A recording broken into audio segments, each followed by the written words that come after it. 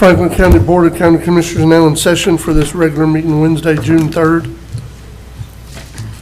As we're rising today to do the prayer and the pledge, we are going to observe a moment of silence for Scott Tucker that passed away a couple of days ago, longtime county employee, and just a matter of personal privilege. I was telling somebody that we were talking about him. I can't never remember not knowing Scott Tucker. But where the church is in East Point by the East Point Community Church, I grew up right behind there. And years ago, Mr. Charles and Miss Sharon had an oyster house there. There's a lot of people had oyster houses. And I remember Scott and Stephen, his younger brother. Stephen's my age. We were in the same class. And then after the oyster stuff went away, then they turned it into a bar, and they did that for a while. Charlie's Lounge. That was different on Friday and Saturday night, but never no problems. It was just loud. We were right there. And, you didn't have to have a radio on or worry about the TV. You were going to hear music from next door. But just a great guy, great family. He will be missed. And we are going to observe a moment of silence for him as we stand this morning.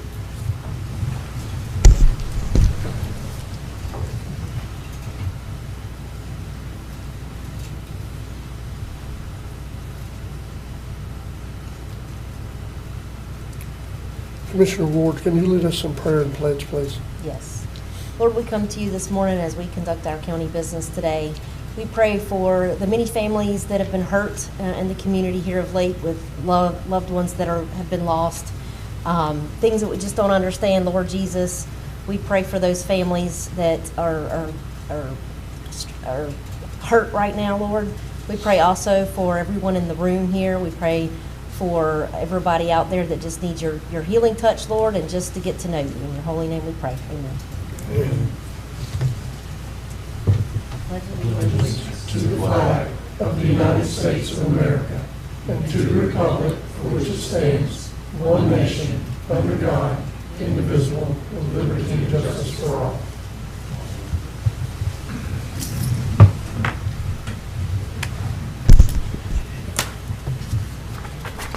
Thank you, Commissioner. I appreciate that. Mr. Roan, is there anything that we need to add to this agenda? Anything that come in late? What do we need? Yes, just Attorney Schuler's report. Okay. I think he has three action items on his report. Okay. But I think that's it. Erin didn't have any changes. She didn't send me any, so she was good Okay. today. So I think that's it.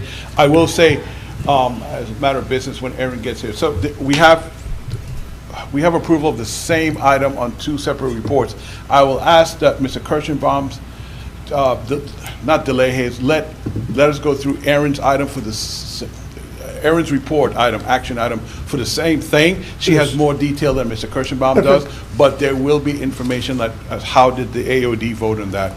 So I'll ask him to, So we can just handle that while we're doing it? yes, so either which way, how you want to do it, have Erin bring it up or have Mr. Kirschenbaum hold off until Erin does her report. Either way. But that's about the changes I have. So. Well, we can do like we've done for some of our other departments as we're going to do it, then we can just have her go over that item and then we can finish Mr. Kirschenbaum's report and then go forward. Anything else that need to be discussed before we approve the agenda? No, sir. Okay. As far as I know. All right, so I understand we're asking for a motion to amend the agenda to include the attorney's report because it does have three action items, and then as it's been published from there. So move. Second. We have a motion to approve by Commissioner Ward, second by Commissioner Sanders. Any discussion, Commissioners? All in favor? Aye. Any opposed? That's unanimous. All right, approving minutes and paying county bills. So move. Second. We have a motion to approve by Commissioner Croom. It's been seconded by Commissioner Amison. Commissioners, do we have anything to discuss about these two items?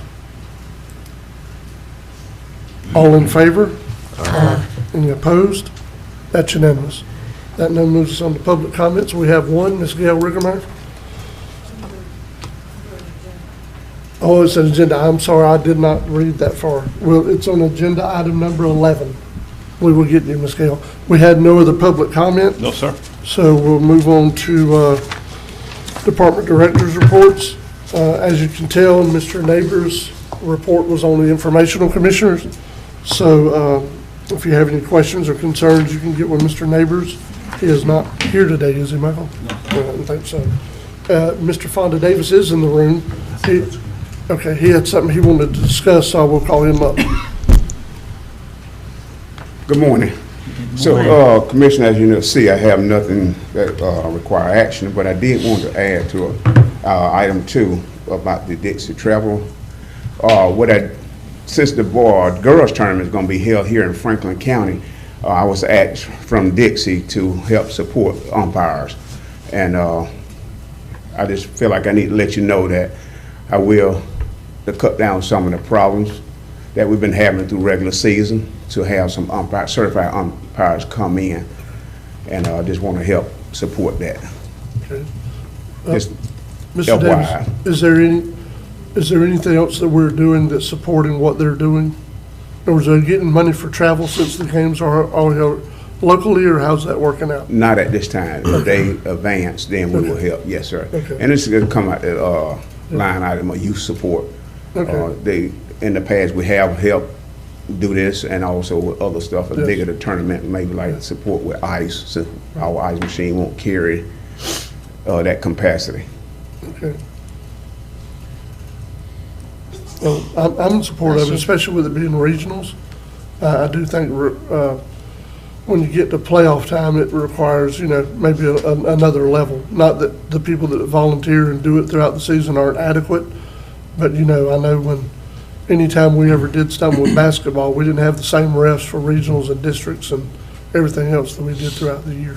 Yes. It just seemed to be different, so I'm good with it. Yeah. So just to make it clear, we do have certified umpires here in Yes. Franklin County, but not enough to carry out at something of this size. Right.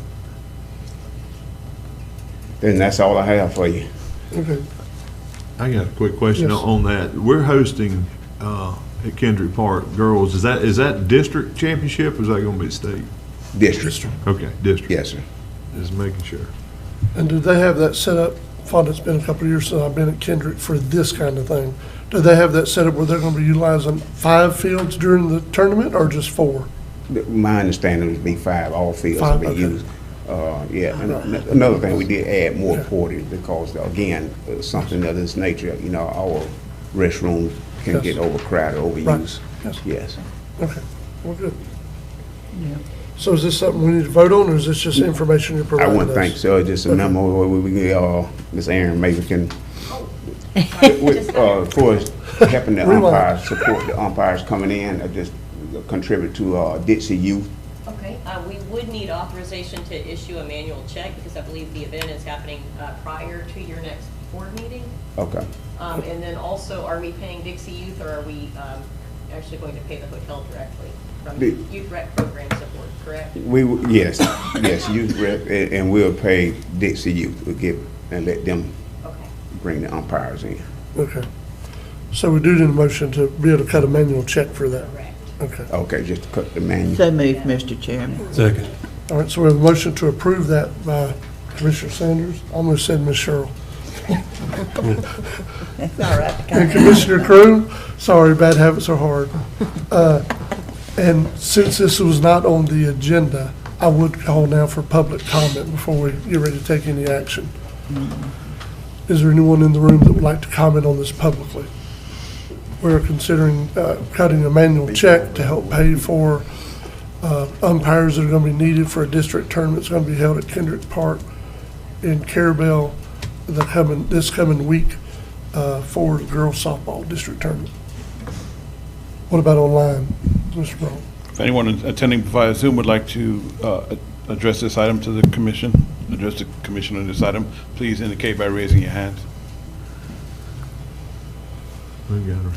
Is that you wanting to talk? Or no? Who? No, that was a no indication. I'm sorry, I misunderstood. Hey, Kyle. Kyle, you can turn off your camera until we get to you if you'd like. That's no need to keep it on for the whole. Your call. I appreciate that. I'll get out of your hair. Thanks. All right, so there were no public comments. No, sir. Is there any discussion, commissioners, before we vote? I do, because I'm just curious. And just for my mind, because I've been there in the past, does district get the gate, or does that go to the Dixie Youth of Franklin County? Do you know the answer to that, or is that something Lee or one of them would have to answer? I'm sure that would be Dixie U. That would go to the district? Yes. Okay. Yeah, I think that's the benefit of holding tournaments in your county, is you actually. Yes. I Well, believe that's right. what It I'm, used to be. that's what I'm asking, is the gate gonna go to the district, or is it Franklin gonna go County, to the yes. county? That's, okay. And like I said, I can reach out, I just didn't know if you knew it or not. Yeah, Franklin County. And the reason I'm saying is that the district is holding that gate. Right. It's a district tournament. Why is the district? You see what I I'm tell them, yes, sir. But I have no problem with it. I'm just Okay. curious. Just curious, So, okay. Any other discussion? All in favor? Any opposed? That's unanimous. Okay. Anything else, sir? No, unless you all have something about what's on the report. If not, Commissioners, do you have any questions for Mr. Davis while he's here? Only got Front and one. center? Yes, sir. On your roll-off truck here, so will you be bringing this back before us? Yes, I will. I mean, I give you two options here, but yes, I will. We have a choice to do a brand new one or either get a used truck, but this, for your information, I would like to include it in the budget. How was that? Okay. Any other questions for Mr. Davis? Commissioner Ward, you did mention to me about the price on the used truck, and the purchase price is at $89,000. I made that, got that cleared up. And then you see On which truck? the used truck that was Oh, so if you go with the used options, 89,000? to purchase outright, or either you can finance or lease, and it will be almost double that. So if we did go to a used truck, it would be better to buy it outright. And again, that purchase price is 89, which you could get a brand new one for 195, I think it was. Is that the roll-off truck you're talking about? Yes, Okay, so let me ask you a question then. That, how many miles annually do we normally put on a roll-off truck or something like that? Or is it more it's more idling? it's more as a yard dog, what we call Okay. it. Just stay on site. Okay, It go no further than the landfill to a maintenance shop. right. So yeah, if it's not gonna be over the road, it might make more sense to buy it used and especially if it's cheaper, and be done with it. I mean, I know that puts it on us to do repairs and stuff versus leasing, but, sounds like if we leased it and we actually were gonna get it worked on, we'd have to drive it more to get it worked on than we would actually use it. Yeah. Just a thought. Right, and I also, I mean, you look at it, 89,000 versus 195, the resale, or once we send it to the auction. Yes. We need, about 2 years? Yeah. I don't know what this secondhand truck will be like within them 2 years versus the new one. Yeah, Yeah, if you send it to the auction. Mr. Chairman, I did call Mr. Davis when I got the report because I saw the quote for the new one, but I didn't see the quote for the used one. right. And then when you're comparing prices, obviously, new versus used, price is different, but you also have facts about a warranty. I think the used truck is a Volvo, so I look at maintenance. Right. Volvo, to me, an engine on a Volvo is probably gonna need more upkeep because Probably will. parts are gonna be more expensive because it's a Volvo. No offense to Volvo owners in here, but I do cars, so I know kind of. And then the new truck is a international, what is it, the Kenworth brand. Yes. So I kind of look at that aspect too. Are we going to spend more money Yeah. on a truck that's used versus one that's new, that's got a warranty on it? I know it's a significant amount of money, but I look at all those aspects. And of course, the use of it. Are we going to get $195,000 worth of it? If we sell it, are we going to get our money back from it? And then, of course, with the whole transfer station thing, is it something that we do need to fork out money for a brand new one if we're going to have to turn right around and sell it if we're not going to be using it, right? This is So true. that was something in my mind too, which I know we still going to have the work at the landfill when it technically closes, but I look at all those aspects as well, and that was kind of what I was talking to Mr. Davis about. But I know the discussion is still yet to be had, so there's just thoughts that I had to Yeah. y'all can think about it too. You know, those are good things. So, Mr. Davis, do you know what kind of motor's in the International? Probably gonna make Or the KW? Sorry. It's a PX, Cummins PX9. Cummins, okay. 360 The new horsepower. one? No, the used one. Oh, I do not. The KW, because it could have 2 or 3 different Yeah, types that's of engines. correct, yes. Because it's a KW. Yeah, I did talk with Jonathan, mechanic, and Okay. he thought it would be something would be simple for working on and getting parts. The KW? Yeah, The I agree Volvo. with that. Yeah. Where would the used one come from, Fonda? RDK out of Tampa, well, where we have purchased some of our knuckle boom trucks from. All right. Any other questions? You said you got, I'm sorry, Yep, Mr. you're Chairman, you said we got a couple of quotes on the new? No, just one on the Just new a one. one? And one, yes, sir, and And that is is that a Kenworth or an International? It's saying Kenworth here. no, it's Kenworth. Okay. But you have gotten an international part? It has No, I think I've got a Cummins Oh, okay. engine and Allison Yeah, transmission. I see, okay.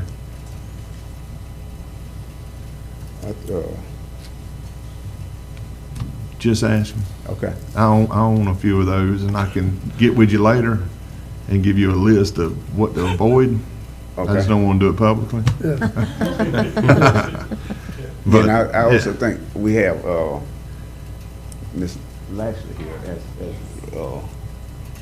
rep for, Okay, yeah. Okay. sounds good. You don't sell internationals, do you? Good. good. Thank you, Mr. Davis. Okay. We appreciate all you do. Yes, sir. Thank you all. All right. I know you're here in place of Ms. Daniels, correct? Yes, sir. All right, come on forward. Good to see you this morning, Amanda. Good to see you too. Good morning, Commissioners. We have 2 action items this morning. One is to retroactively approve the signing of the burn ban LLC that was dated for May 20th. So move. Second. We have a motion to approve by Commissioner Ward. It's been seconded by Commissioner Croom. Any discussion, Commissioners? All in favor? Aye. Any opposed? That's unanimous. All right, go ahead. And then our second item is to have your approval and signing of the burn ban LLC dated for today. All right. So move. We have a motion to approve by Commissioner Ward. Second. It's been seconded by Commissioner Sanders. Any discussion, Commissioners? I have one. Well, go ahead. I spoke with Jenny about this, and We probably all did, but go Yeah. ahead. Yeah. and discussion was had about if we continue the burn ban, like, can we modify the burn ban? And she said yes, but there's certain things that we can do to modify the whole burn ban if we wanted to do that as well. So. Mr. Chairman, I will vote and then I'll talk to Amanda after that. Okay. Any other discussion before we vote? I'll just wait afterward. Okay. Well, I do have something I want to discuss. So I understand from talking to Director Daniels that there actually going to be an update tomorrow Yes, with this map. Yes, the drought index should update tomorrow. I believe Yes. at 7 a.m. Right.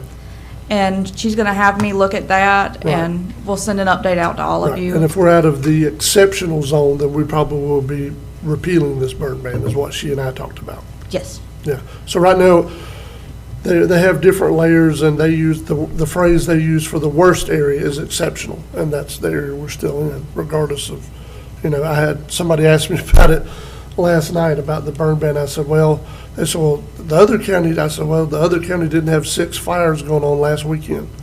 We did. You know what I mean? So 6 wildfires. So anyway, but there might be an update tomorrow, and if there is a positive update, we might be repealing the burn ban as early as tomorrow anyway. I Yes, just sir. want to make sure the public is aware of that. Yes, and we've been trying to keep the public updated on, Right. because I know it's a little there's a misconception of how much rain we've had, but Yes. compared to what we have had in previous years, we were still at a deficit, which is why we're in the worst of the drought. But when I talked to National Weather Service Monday, we are getting closer to normal levels, at least for this month. We're still in a deficit as far as the 90-day window, but we are improving significantly, so I'm hoping Thursday that we may get out of the worst of the drought. Yeah, so before we started having any rain recently to even affect this, it seems like from memory, it was close to 20 inches of a deficit that we were under. Yes, sir. So we needed to get what we need to get, plus we need to try to make up a difference for those 20 inches to get us back to a Yes, normal sir. kind of place, so. But yes, we are getting closer to normal levels of rain, so Yes. hopefully we continue this trend and we can hopefully get out of this burn See how ban. it goes. Any other discussion before we vote? And Amanda, if we don't get out the drought, I'd like to see our options of modification, if y'all can forward that to us, Of to course. commissioners. Yeah, anything that y'all would like to consider adding, please just discuss it with us and we'll get with Attorney Schuler and make sure it's a viable option that we can put in there. Okay. All right, any other discussion before we vote? All in favor? Aye. Any opposed? That's unanimous. Anything else, Ms. Amanda? That was all I had for y'all. Thank y'all, and thank y'all for everything you do. And Thank you. Mr. Chairman, Yes. what I had for Amanda, you addressed, Okay. so that's it, that was it. Okay. You did it for me, so. That was exactly where I was going to. But I will say this, because I know all of us have kind of had Yes. a lot of discussion with people. Yes. And I'll tell you where mine's been, social media is blowing up. But the thing about it is this, you hit the nail on the head, either it was you or Amanda. You know, the people that are complaining because they can't burn some cardboard or something, don't realize we got a fire sitting over there that's 50% contained. Yes, And I would much rather the public be mad at me because you can't burn your yard debris or your cardboard than be mad at me because you don't have somewhere to sleep, because it's something got out of control. We've been there before. Yep. And I would just ask the public to consider all that before bashing us five poor souls up here. well, and to reiterate though, how the burn ban is, if I'm wrong, please tell me I'm wrong. But you can still burn, you just have to have somebody from the fire department present. You're not completely not being able to burn. There are options. If you really have something you have to burn, give your local fire department and see if they can work something out with you. Isn't that correct, Attorney Schuler? That's the way it's Yes, written y'all up? made that amendment at the last meeting. Yes. So it's not an absolute no burn, nothing ban. There are options. Mr. Chairman, Yes. I know in the 340 fire, which is the Wakulla fire, I could see it from my house. It was across the river. It was only 4 miles as the crow flies from my house. And that's a real thing. I've been through it before with wildfires. And it's a real thing, and it can get deadly fast. So, I mean, we want everybody to be able to, I got a whole yard full of stuff I need to burn. But I'm scared to burn it because I'm scared to catch the woods on fire. Yes. You know? The big thing with that is, and people need to realize this, is that you got a tremendous amount of resources over here trying to contain that. And then if something else breaks loose over here, now you got even more of a That's right. strain on the resources. And I just err on the side of caution with it and patience. If it keeps raining, we'll be back to burning. Yep. And I honestly started to take some pictures of that big pile my wife's made me, because it's been sitting there for a while, and I waited too long, didn't burn it, and say, hey, look, I'm like the rest of you, I like to burn some stuff too, but. Me too. I mean, that's the way it is. but- But we want the people to be safe too. We don't want to. It was fine when we didn't have a lot of people living down here, and there was a lot of territory in there in between houses and stuff like that. It wasn't so bad. But now you got everybody bunched up next to each other, and they call that the urban interface.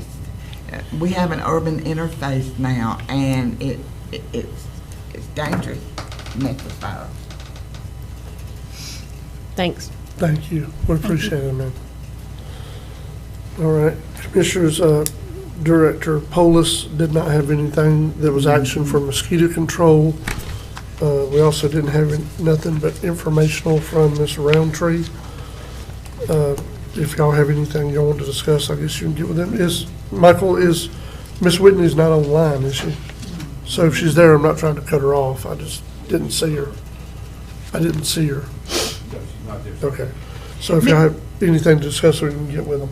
Mr. Chairman, back on Jennifer Daniels' report, I want to go to if you don't mind, because I think it's very important that she gets recognized. Yes. On the 28th of May, she was designated at the Trailblazer Award in the state of Florida. And of that Trailblazer Award, there's only 5 people that were chosen for that, and Jennifer was. Because she was a trailblazer in the EM, the emergency management field. But I did want people to understand that that's why she does all this education and all that, is she is a trailblazer when it comes to, and that makes me proud to be a commissioner and her a department head, and her, her department. Thank you Top for notch. acknowledging that, Commissioner. So, Mr. Morone, please make a note, next meeting when Ms. Jenny is here, we need to publicly ask her to elaborate for us in the community what that award actually entails, because that is a good thing. Yeah, Thank you, Commissioner. 5 people in the whole state of Florida got it, and she's one of them. That's I good. thought that was good. That is good. Ms. Sharon, you don't have anything that's information, it's all informational, do you? Okay, you're good. So if y'all have anything for our new IFAS director, Ms. Sharon, she is in attendance, but you can get with her one-on-one. Mr. Kirschenbaum, we're up to you. Commissioners, Steve Kirschenbaum, Airport Manager. I'll make this real quick. We have something on the agenda that me and Aaron have. I submitted my report first, so I wasn't able to pull it. But we're in the home stretch with Haney. All the signs are on the building. Aaron had an incredible idea about a fence along the EOC for privacy, and it looks gorgeous. While we were up on the roof, doing the sign, we went up on the roof, and what we thought was going to be a minor repair is a lot of rust on the roof. So I gave a holler over to Corey, and she said if Erin can prepare something instantly, she could get it on the June 22nd meeting. And Erin is a saint. She prepared everything, and she'll tell you about it when she comes on. Okay. But and also, I spoke with the director of Haney, and I spoke to FDOT about signage on Highway 98, that the college is that way, and that's in the works right now. Okay. So we'll leave the action item for Aaron's report then. Okay. Okay. That's fine. So And, let me ask you a question, though, while we're talking about that item. Did the AOED board address this issue or take up this issue and vote on it? Yes. Okay. Yes, they did. Aaron's Oh, I'm sorry. I didn't see your hand, Ms. Aaron. I think I should go ahead and do the action item. Yes, we'll just go ahead and let Ms. Aaron handle it while you're here, Steve. Okay. Okay, attached is a grant award amendment request for Triumph Haney Technical College in Franklin County project. The hangar renovations are nearly 100% complete. However, there were not enough funds available in the current budget to replace the roof in the hangar, which is in poor condition. The attached request for an additional $70,000 will provide enough funds to replace the roof, landscape the grounds, and improve the parking area for the facility. The original Triumph grant award was $250,000 and required 25 certifications by December 31st, 2030. Triumph will require an additional 7 certifications for the additional $70,000 grant award. This amendment also requests 1 additional year be added to the completion timeline, so through December 31st, 2031, as this will allow for a full 5 years for students to earn the required number of certifications. The AOED board has recommended approval of the attached request, and Haney Technical College has also approved the additional terms for this amendment. Board action to approve and authorize the chairman to sign the attached budget amendment request for the Triumph Haney project at the airport. This request will then appear on the agenda for approval by Triumph at their meeting in Panama City on June 22nd, and I believe Steve will plan to be there for that. Yes, I'll be there. All right. Pleasure of the board. So moved. All right, so we have a motion to approve by Commissioner Amison. Second. Second by 2, Commissioner Croom and Commissioner Ward. Any discussion, Commissioners? Seeing no discussion, all in favor? Any opposed? That's unanimous. And just 2 quick discussion items. I could never have done a job like that, which she presented. That She's was had good. practice. Also, the Opportunity Zone, the AOED, in conjunction with the county coordinator, got the okay to submit opportunity zone request for the airport. And in no way interferes with the opportunity zone in East Point. Bill Williams submitted one from the EDC. I submitted one myself, which I think a few others may have gone in. I just sent a quick email to Secretary Kelly, and I got a phone call back. And he received all the requests, and we didn't get our job growth grant, so I'm keeping my fingers crossed that we're going to get an opportunity zone. And I've got a good feeling about it. Also, other than that, I don't think this needed to be on as an action item.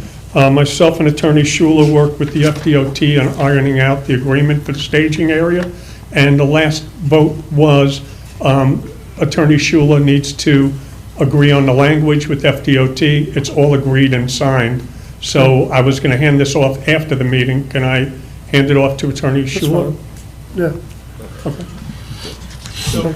Now, God Hold willing. on just a second. Hang on a second. Okay.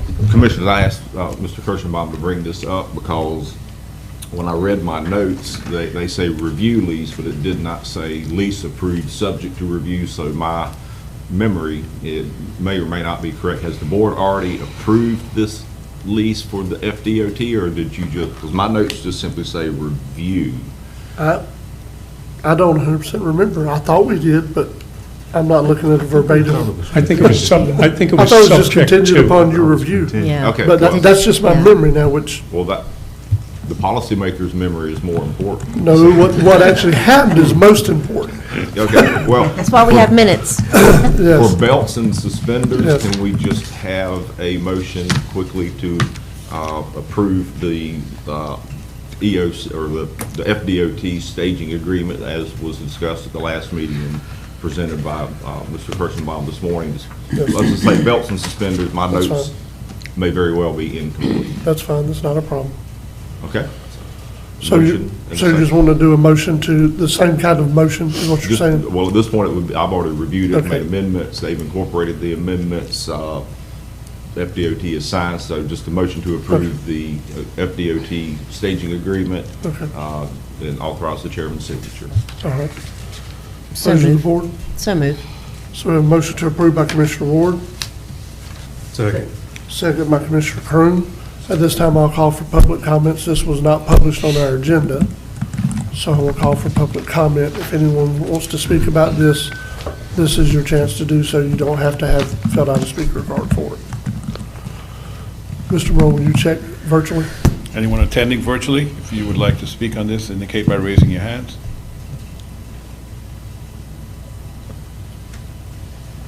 No hand. All right, I'm we've sorry. called for public comment. I'm sorry, did you? No, if you want to talk, you have to come forward. Just for this singular item. Yes, ma'am. Sorry, I should have said that and made it more clear. No, just for this singular item is what I was calling for public comment for. So there's no public comment. Any discussion before we vote? I actually have a question. I should have asked this. I apologize. I should have got with you and asked you this. But is this, in this agreement, in this contract, is it specific for that one area? Yes. Or could we, like, potentially say we had to move it somewhere? And it's just a hypothetical. The only location that's provided for in the agreement is at the north end of runway 180, and some of the area north of that, the unpaved area, and then the access is exclusively from Bluff Road.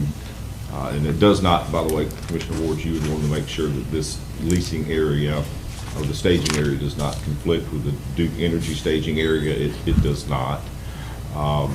But I suspect if we, during an emergency, needed to expand or relocate, we could probably do that on the fly as necessary during an emergency.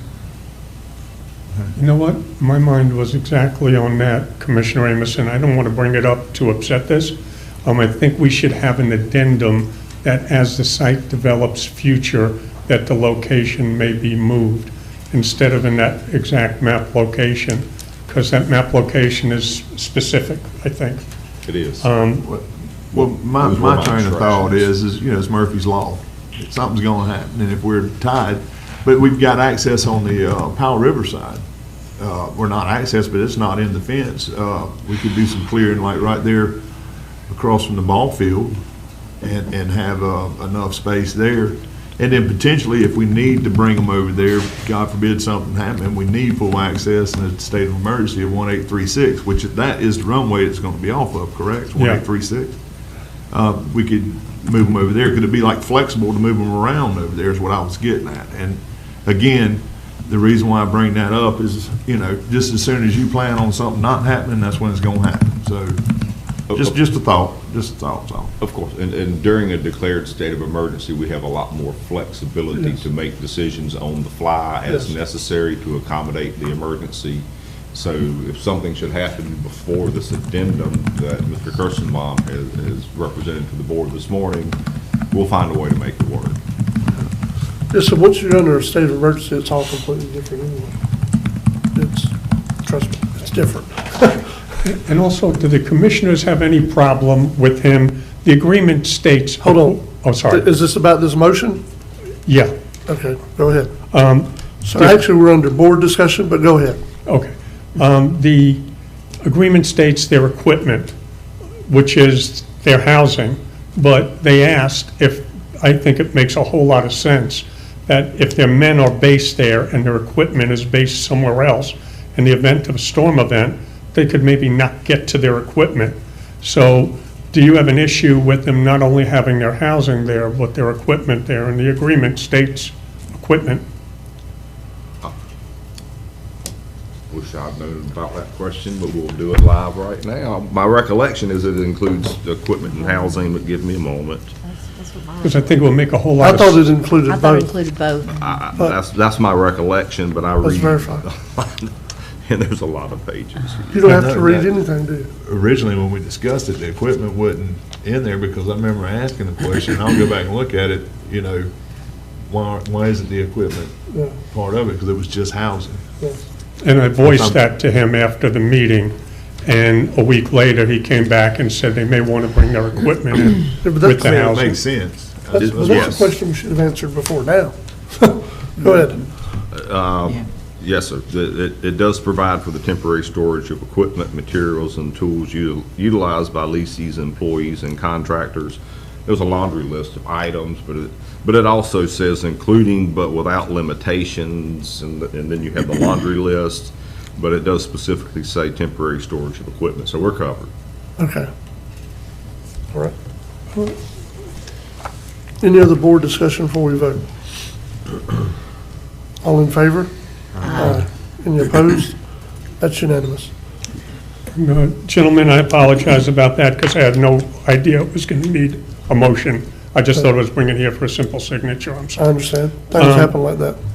One thing that's going to be fabulous, next major storm event, everybody's going to be based in Franklin County, and we'll be the first ones to be cleared and brought So we up. hope we have no major storm events, but I get what you're saying. But, We don't want any of them, but being prepared is good. And I'll speak to FDOT about that site being flexible. Yes.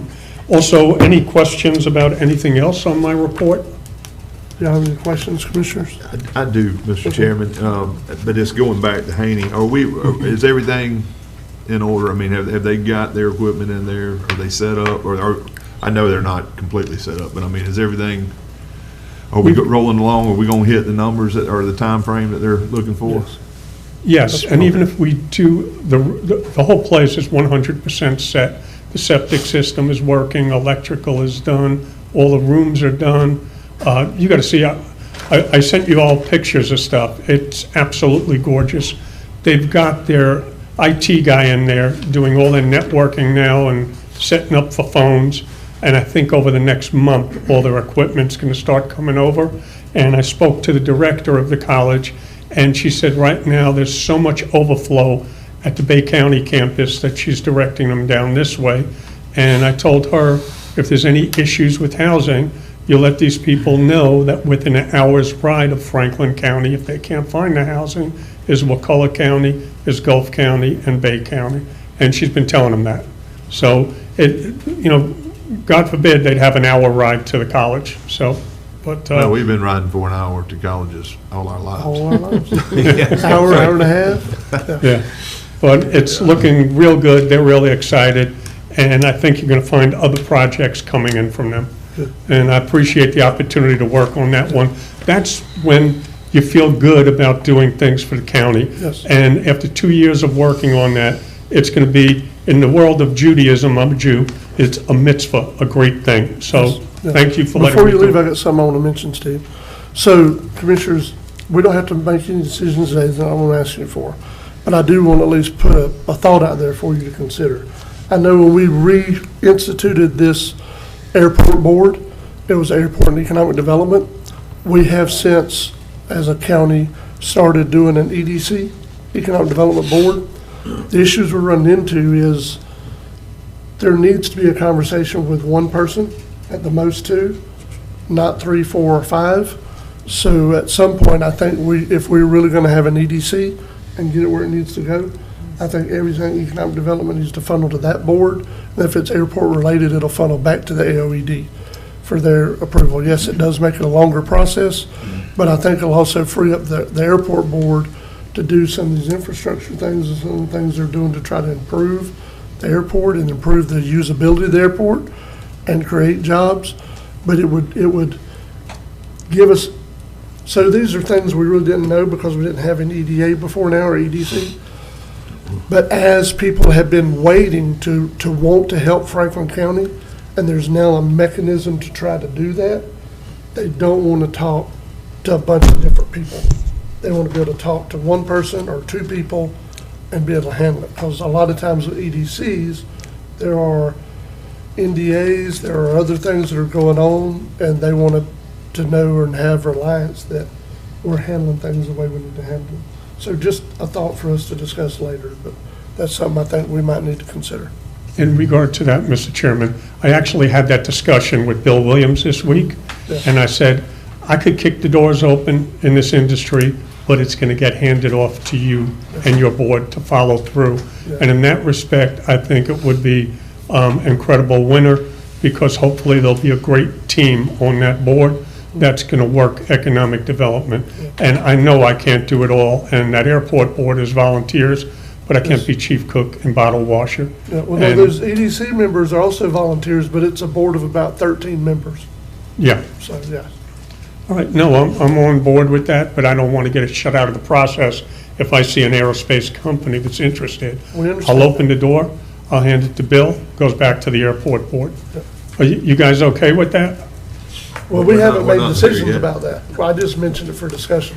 Okay. We haven't made decisions, Mr. Carson. That's how Bay County does it, that's how everybody else does it, and to do some real serious due diligence, so we're not dealing with the guys with cowboy hats and spurs and wasting a month of our life. Yes, we're not wanting to do that at all. No, I don't want to do that anymore. Thank you. Mr. Chair, I got Yes, something. sorry. Steve, one last thing on your item 4. I see you working on logistics for your air show. Yeah. The air show out there. What is the tentative date that you have? It's going to be a media show the night, what's that? date? Tentative date. The For dates? the- Yes, the date It's for the gonna air be, show. Friday afternoon, the 20th, will be a media show, and I think we're going to have it open to the public for free to come in, and the sponsors will be there, and they'll do a tiny show that night, and then Saturday, the 21st, will be the air show, What's the month? November. So it'll be the weekend before Thanksgiving, and, It's a weekend after Veterans Day? yeah, week after. So it's still the 3rd weekend of November, but the 3rd weekend of November this year falls on the 21st. Gotcha. Okay, thank you. And we're in good shape, actually. The person who's raising the money is doing a great job, and Phil Shelley got tax exempt status for the Friends of Apalachicola Regional Airport. So it's solid, it's going to be good. And we're all approved with the military, and what I got this year that I think will be really interesting, we've got we've got a jump team coming in, so there's going to be parachuting. So Commissioner Amison can take up his old military gear. Yeah, I think he wants to keep his knees just like they are now. They've already got enough damage. They've been through enough. Well, if they come down and the show's a success, I'm going to jump. Thank you. All right, thank you, everybody. Are we good? Yep. All right. I think so. Thank you. Thank you. All right, let's take a 5-minute recess before we do everything else.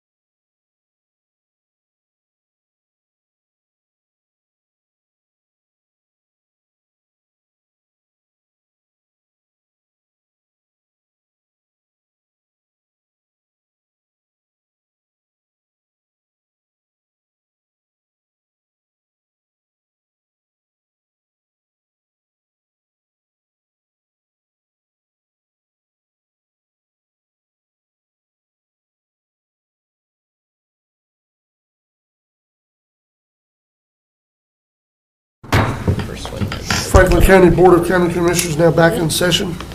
The next thing on our agenda is opening bids for Franklin County Island View Park FERDAP improvements. Correct, Ms. Harris? Yep, that's correct. All right, go ahead, I'll turn it over to you. Okay, this project consists of construction of a 743 square foot covered concrete pad for a modular restroom, a 16-foot by 30-foot pre-engineered picnic pavilion, and installation of a modular restroom facility with all appurtenant utility connections at Island View Park, located approximately 1.8 miles east of Carabel. A mandatory pre-bid meeting was held on May 14th, and approximately 8 contractors were in attendance.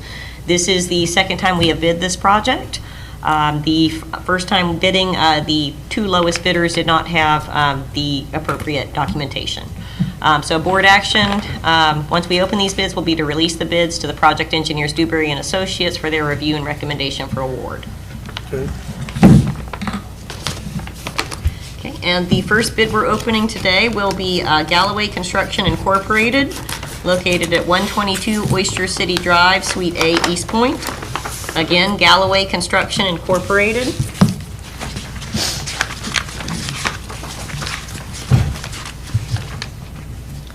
Total base bid price, $101,178.78.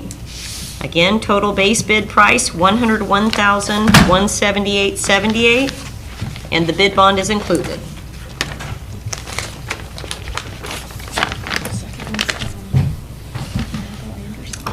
The second is going to be from Michael L. Anderson Incorporated, located at 4033 Oak Forest Drive, Panama City, Florida. Michael L. Anderson Incorporated, located at 4033 Oak Forest Drive. Their total base bid price is $245,043.48. Again, total base bid price $245,043.48. Bid bond is included. All right, Mr. Chairman, I'll make a motion to send these to Dewberry. okay. So we have a motion to approve sending this to the review committee that Ms. Aaron has enumerated here by Commissioner Ward. It's been seconded by Commissioner Amison. Any discussion before we vote? All in favor? Aye. Any opposed? That's unanimous. All right, Ms. Aaron, that was the only opening we had today, correct? That's correct. And I only have 2 remaining action items on my report and then some informational items for you all. So that's. Okay, so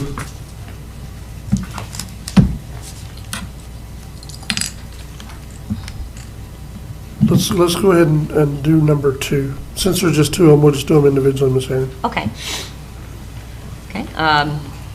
You want me to go ahead and read the? Yep, that's fine. Okay.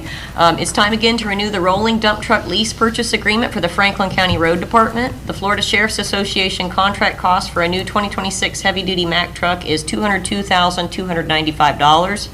The county will own 2 trucks for up to 24 months, making the first and second year lease payment of $20,000 per truck. Before the third payment, the trucks will be traded again with Nextran at market pricing and replaced with 2 new model year dump trucks. This program allows the road department to have reliable dump trucks covered by an added extended warranty with little maintenance expense year after year. This is the 8th renewal of the rolling lease program with vendors Leasing 2 and Nextran, which was previously Capital City Truck. Board action to approve the attached resolution and authorization for the chairman to sign the 5-year lease purchase agreement with Leasing 2 to finance the purchase of 2 new 2026 Mack Model 64BR dump trucks in the amount of $281,121.27 from Nextran of Tallahassee, and the trade-in and removal from inventory of the 2025 trucks. Last 4 of the VIN numbers 9300 and 9301, subject to review and approval of the financing agreement by County Attorney Michael Schuler. Okay. Pleasure of the board. So move. We have a motion to approve by Commissioner Ward, Second. second by Commissioner Sanders. Commissioners, do y'all have any discussion? All in favor? Aye. Any opposed? That's unanimous. Go ahead, Ms. Aaron. Okay, the next action item, at the last meeting, the board opened construction bids for the Margaret Key Library parking area improvements in Apalachicola. This project consists of demolishing and constructing, improving the parking area, adding concrete ADA parking spaces, reconstruction of curbing, sidewalk, and the addition of striping improvements. The project engineers have reviewed the construction bids and recommend issuing the notice of award to the lowest base bidder, GeoFlora, at $118,004.19. This project will be completed with District 3's paving funds, and the bid alternates include a total of $22,860.75, and those items will actually address some of the areas that were not going to be resurfaced in the original bid area. So it'll actually be kind of like a completely nice new parking area for the library. Board action to issue the notice of intent to award to GeoFlora and sign the contract documents in the amount of the base bid, $118,004.19, plus the alternates of $22,860.75, for a total award of $140,864.94. All right. So move with comment. All right, we have a motion to approve by Commissioner Crew, second by Commissioner Amison. Commissioner Crew, go ahead with your comment. Aaron, this is an item that we discussed last meeting, Yep. and what was in question was about the bid bond. Can you explain that? Yes, at the last meeting, it was mentioned that there was something in the bid packet where it didn't really look like the normal bid bond form, so we weren't sure if it was actually included. Unfortunately, there was a new insurance agent at Essentia who had sent GeoFlora the supporting documentation for the bid bond instead of the single-page bid bond form. The bid bond was actually in effect at the time that the bid was opened, and we have since received the one-page form, but they just provided the wrong part. So Dewberry did review and accepted that and said it was valid. All right. Mr. Chair, I just wanted the board to be aware of that since we discussed it last meeting in Yes, sir. public. Okay. Any other discussion before we vote? All in favor? Aye. Any opposed? That's unanimous. Go ahead, Ms. Aaron. All right, Commissioners, board information, the final walkthrough inspection for the countywide dune restoration project was completed on Friday at the 2 park locations. The SGI stormwater project, the project has been slowed due to several inlets needing to be reworked, with the tops reordered, and paving is contingent upon clear days without forecasted rain. The contractor anticipates the window of paving within the next few weeks to complete the project. Summer rains will not allow for the development of a firm paving schedule. However, the contractor plans to pave in the areas in the following order, and business owners will be informed the day before if paving will be in front of their location. Work will be completed weekdays during daylight hours and wrapped up by early afternoon. So the first area that they actually paved was the West Pine area, which was completed yesterday. 2nd Street East and 1st Street West Pine to Bay Shore, possibly as early as tomorrow. 3rd will be Chili Boulevard West, 4th will be East Pine, 5th will be East Gorey and 3rd, and 6th will be 1st Street East. On Friday, Commissioners had a positive meeting one-on-one with representatives from Capital Health Plan regarding some outstanding network issues and discussed concerns regarding access to primary care. And the county also received the attached good faith estimate of taxable value for the 26-27 budget year of approximately $3.9 billion from the property appraiser's office. This value would be an increase of approximately 3% over the current year value used during the budget process of $3.785 billion. The county's property values do appear to be slowing as indicated by historical trend. The growth in value was from 22 to 23 was 14.64%, 13.91% in 23 to 24, 9.34% 24 to 25, and 2.92% is actually the estimate of growth this year.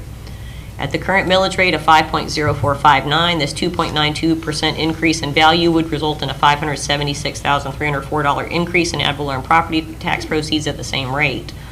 And one thing I do want to bring to the board's attention, in light of the recent developments with property tax reform heading to the ballot, I do want to mention the snapshot in time that the legislature requested from county governments. The legislature was interested in data for the past 10 years. This snapshot in time was unfortunate, as if this timeline had been extended, it would have shown a period of decline and then recovery instead of rapid growth. Franklin County's taxable value before the market crash, fiscal year 06-07, was over $4.112 billion. The county had a position count of 191 positions and budgeted $15.8 million in ad valorem proceeds. The market bottom for the county's taxable value did not occur until 13-14, and that year, the taxable value had declined to $1.65 billion. The budgeted ad valorem proceeds were reduced to $10.56 million, and the position count cut to 165 employees through implementation of hiring freezes and no salary increases spanning multiple budget cycles. Franklin County is still in the recovery phase from the market crash. County departments have been able to add back many positions that had been lost during the downturn in the county, and just the past few years have been able to make strides to catch up on a lot of the deferred maintenance at parks and public buildings and purchase necessary pieces of large equipment that had been long overdue for replacement. Franklin County's total budget has grown greatly, but most of that growth has been in other fund categories. The county's financial foothold and service capacity is just now back to where the county was almost 20 years ago. In the span of 20 years, the county's budgeted ad valorem proceeds has grown from $15.8 million with 191 employees to $19.1 million at a millage rate of 5.0459 mils with 198 employees. So just wanted to provide that snapshot. I think that's a good thing to know is what we got pending. It is, it's a valid snapshot. So, Ms. Aaron, thank you for that, for all of that. Yeah. So I would ask on the discussion we had about the paving on the island where they're finishing up the stormwater project, we need to try to get that out so people know Okay. it. I mean, I've, not that it's going to matter.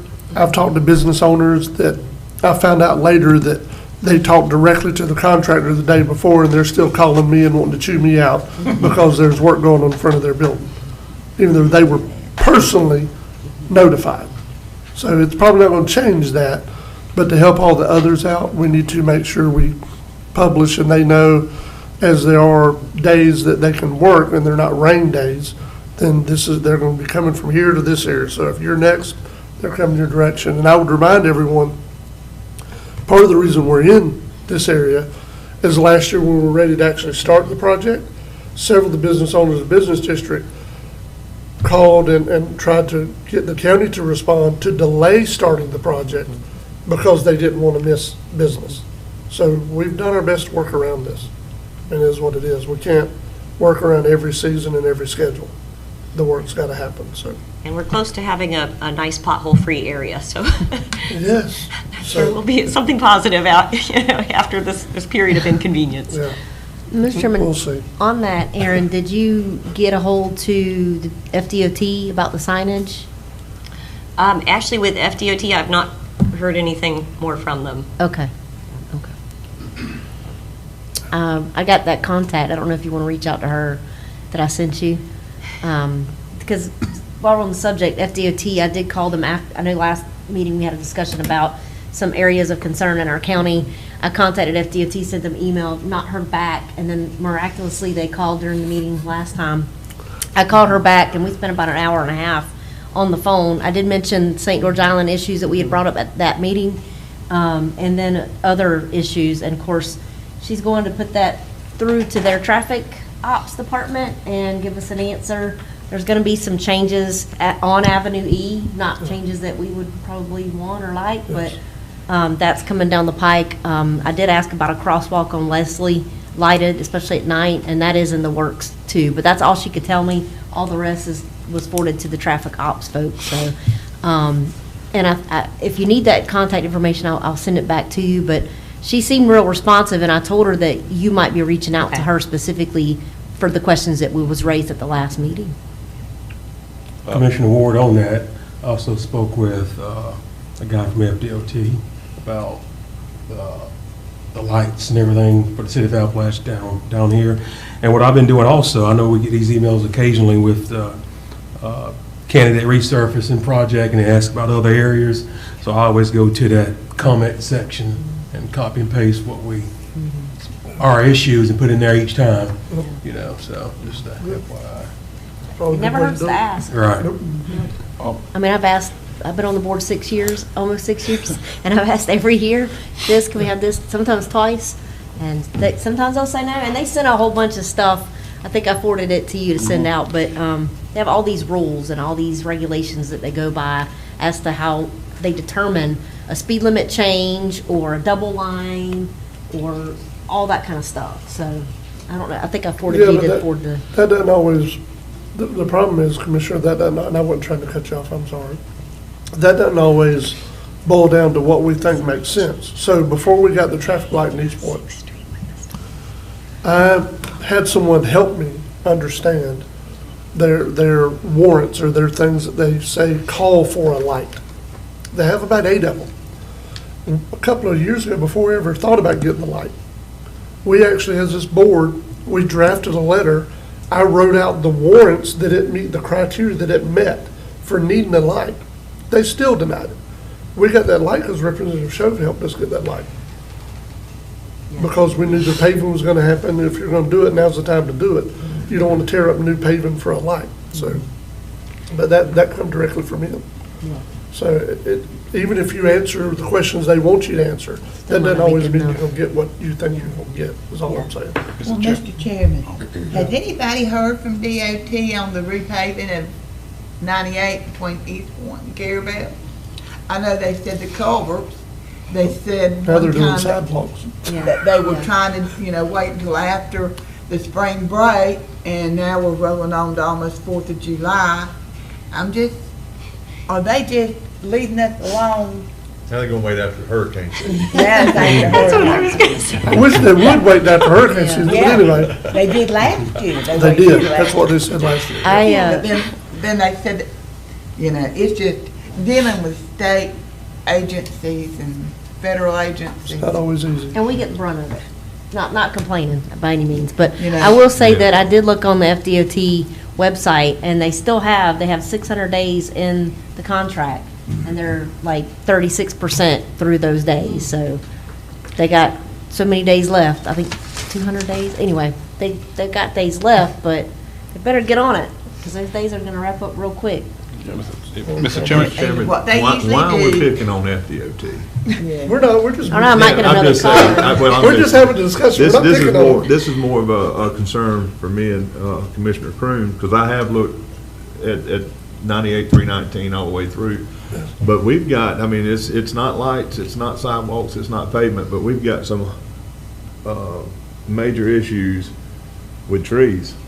This guy, I've sat there and watched box trucks, I've watched boats, especially right there, those big oak trees. There is no clearance up there at all. I've had some people complaining because their box truck lights are hitting those hardwood limbs and it's snatching the lights off on that's a violation with Florida DOT on the enforcement side. But that's something, if you have a discussion, I intend on talking with Benny or someone.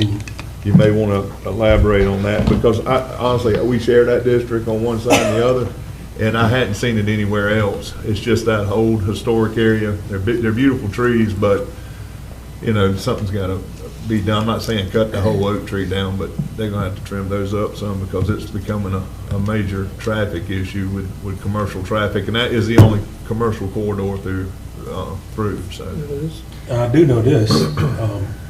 I do know from talking with Duke Energy, they're about to have a big tree cutting here in our district, or districts over in Apalachicola. And I was told there's probably not going to be some happy people when they start cutting these trees. Now, That would probably be in the city, though. Yeah, be in the city, but with the Us FDOT, county folks, we don't take. we need to make sure we have a discussion with FDOT as well.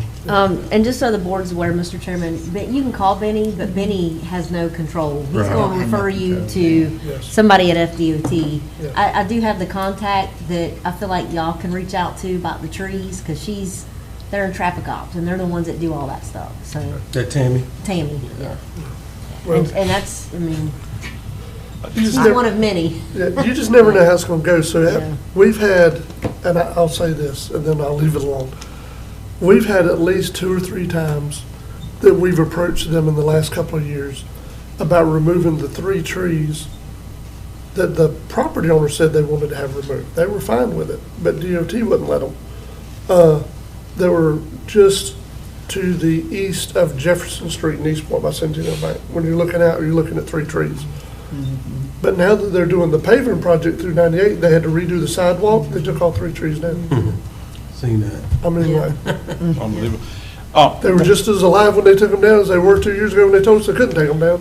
And I almost missed my turn to the bank, because I looked for them trees. I mean, I'm glad they did it, but I can't make it make sense. Yeah, a couple of things, well, one concern is Commissioner Ward told me based on her discussion, and I know this is a city matter, I get that, commissioners, but she told me, if I'm wrong, Commissioner, correct me, that at the blinking light that's been there in Apalachicola forever, they're considering turning that into a 4-way stop.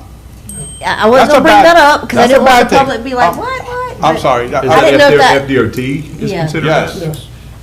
That was under my impression in some discussion that the bridge is not set up to, Have a red That's light. what I thought, Right, that's what I that it was- would back up the traffic on the bridge and they would never do that. But that's what they informed Commissioner Ward. I just haven't had the time to get with Chuck for the city yet to say, hey, you guys need to contact them and see if this is actually what they're going to do, because I think the county and the city together needs to talk to them and say, hey, look, that's a cultural change. People have been, look, I'm Well, sorry. they don't know I what to want, do now. I I hit that agree. corner, everybody else better stop, because I'm making that turn. I'm going, you know? So I'm just saying, you Yellows know? proceed with caution, Michael. Oh, yeah, okay. Yeah, okay. 3 sure. days ago, I was making the turn and somebody was gonna go straight Yeah. across Yeah. and laid on the horn, and I'm sitting there going, I go, Yeah. "Dude, look at the light. Because when I approached the light, I said, look, I'm the Yeah. colorblind one here, this four-way turn we're making, so I know that light gives me authority. Everybody else better see that red. So, but we really, seriously, we really need to get that. And Commissioner Sanders' point, so I had a doctor's appointment in Tallahassee on Friday. Once again, I passed by that temporary traffic light. No work going on. So yes, I know Commissioner Ward, you said he can't help me, but I said, Benny, what? I haven't seen any activity here. This light was there for the holiday. We have July 4th coming up. This is the busy season. And Benny said, I'll text you the number to call, is what he did. Which is the number that I've called, which is Yes. probably the number all the rest of us called, and now we get the same answer every day. I'm not faulting We're you. working on it, we've got so many days, there's things being done. And I called about the dips. I was hauling some jet skis, and the dip, I mean, it's hard, it's a hard dip. And, we'll have somebody come out and take a look at it and make sure it's done right. Well, yeah. I don't know. And it's not Benny's fault. It's No, not. no. He's No. really trying to help in any way he can, but he just has just so much that he can do. But yes, so I guess I'll do like you, Commissioner. I'll make that call again and see what we get. And then it's like, you want to make a call, but then you don't want to make too many calls. They're going to be like, they're aggravating us.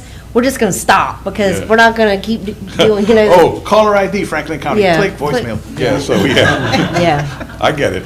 I So- get it.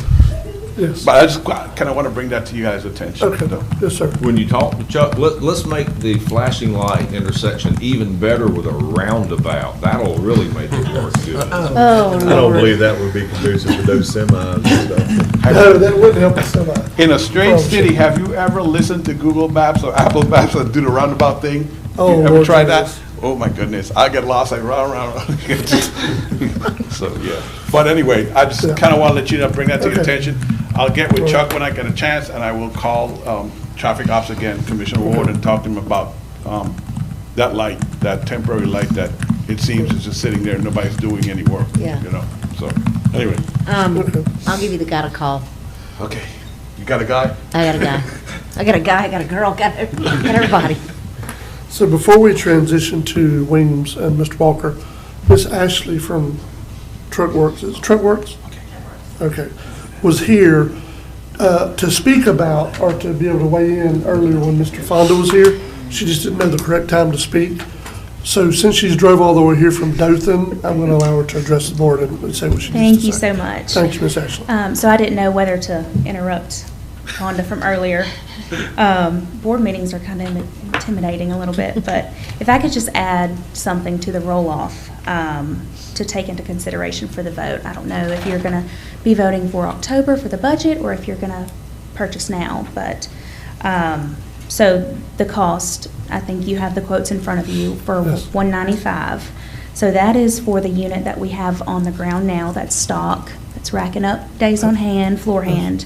But once it is sold, it could go back to regular pricing for Q4. So, but we will get as close to that as possible.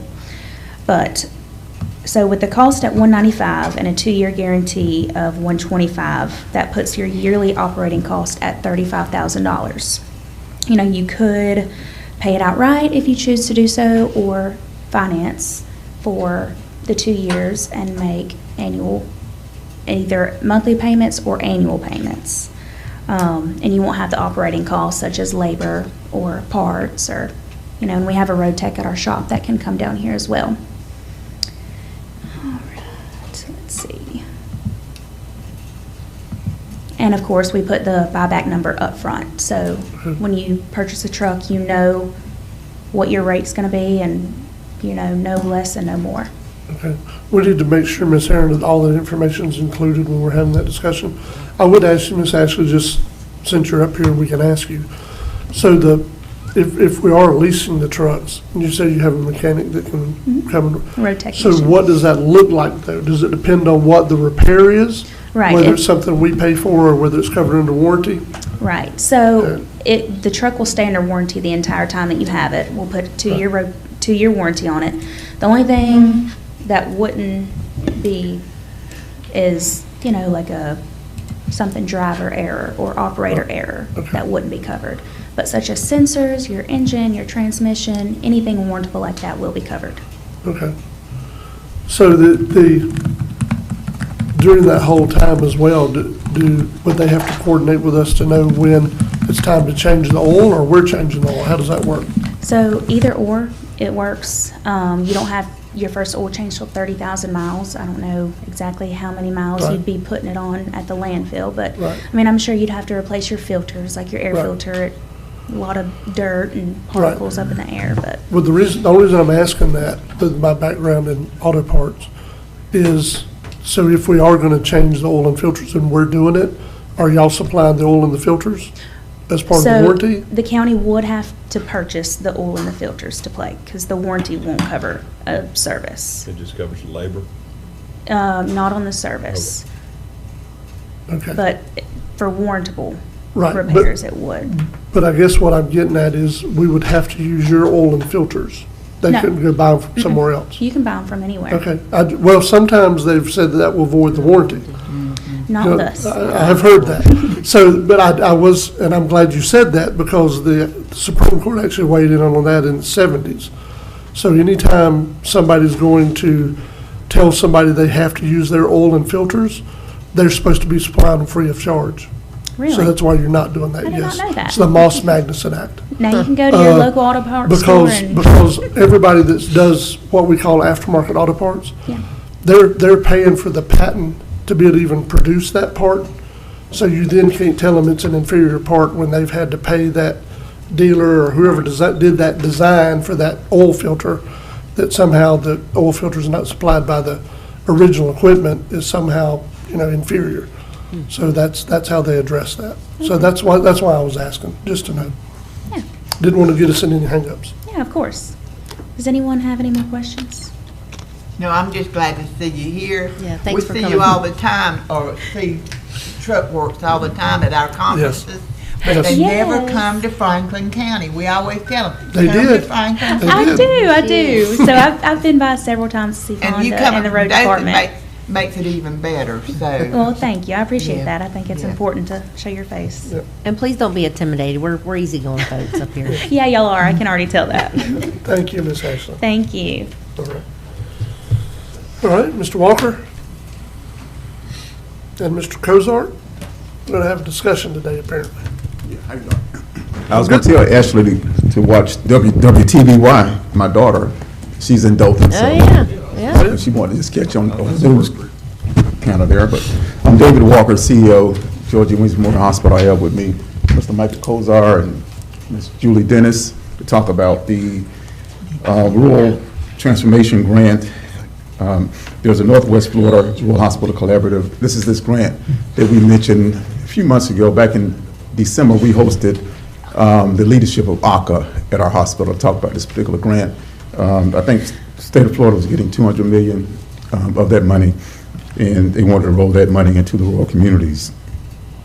So I have Julie Dennis here to talk more about the grant.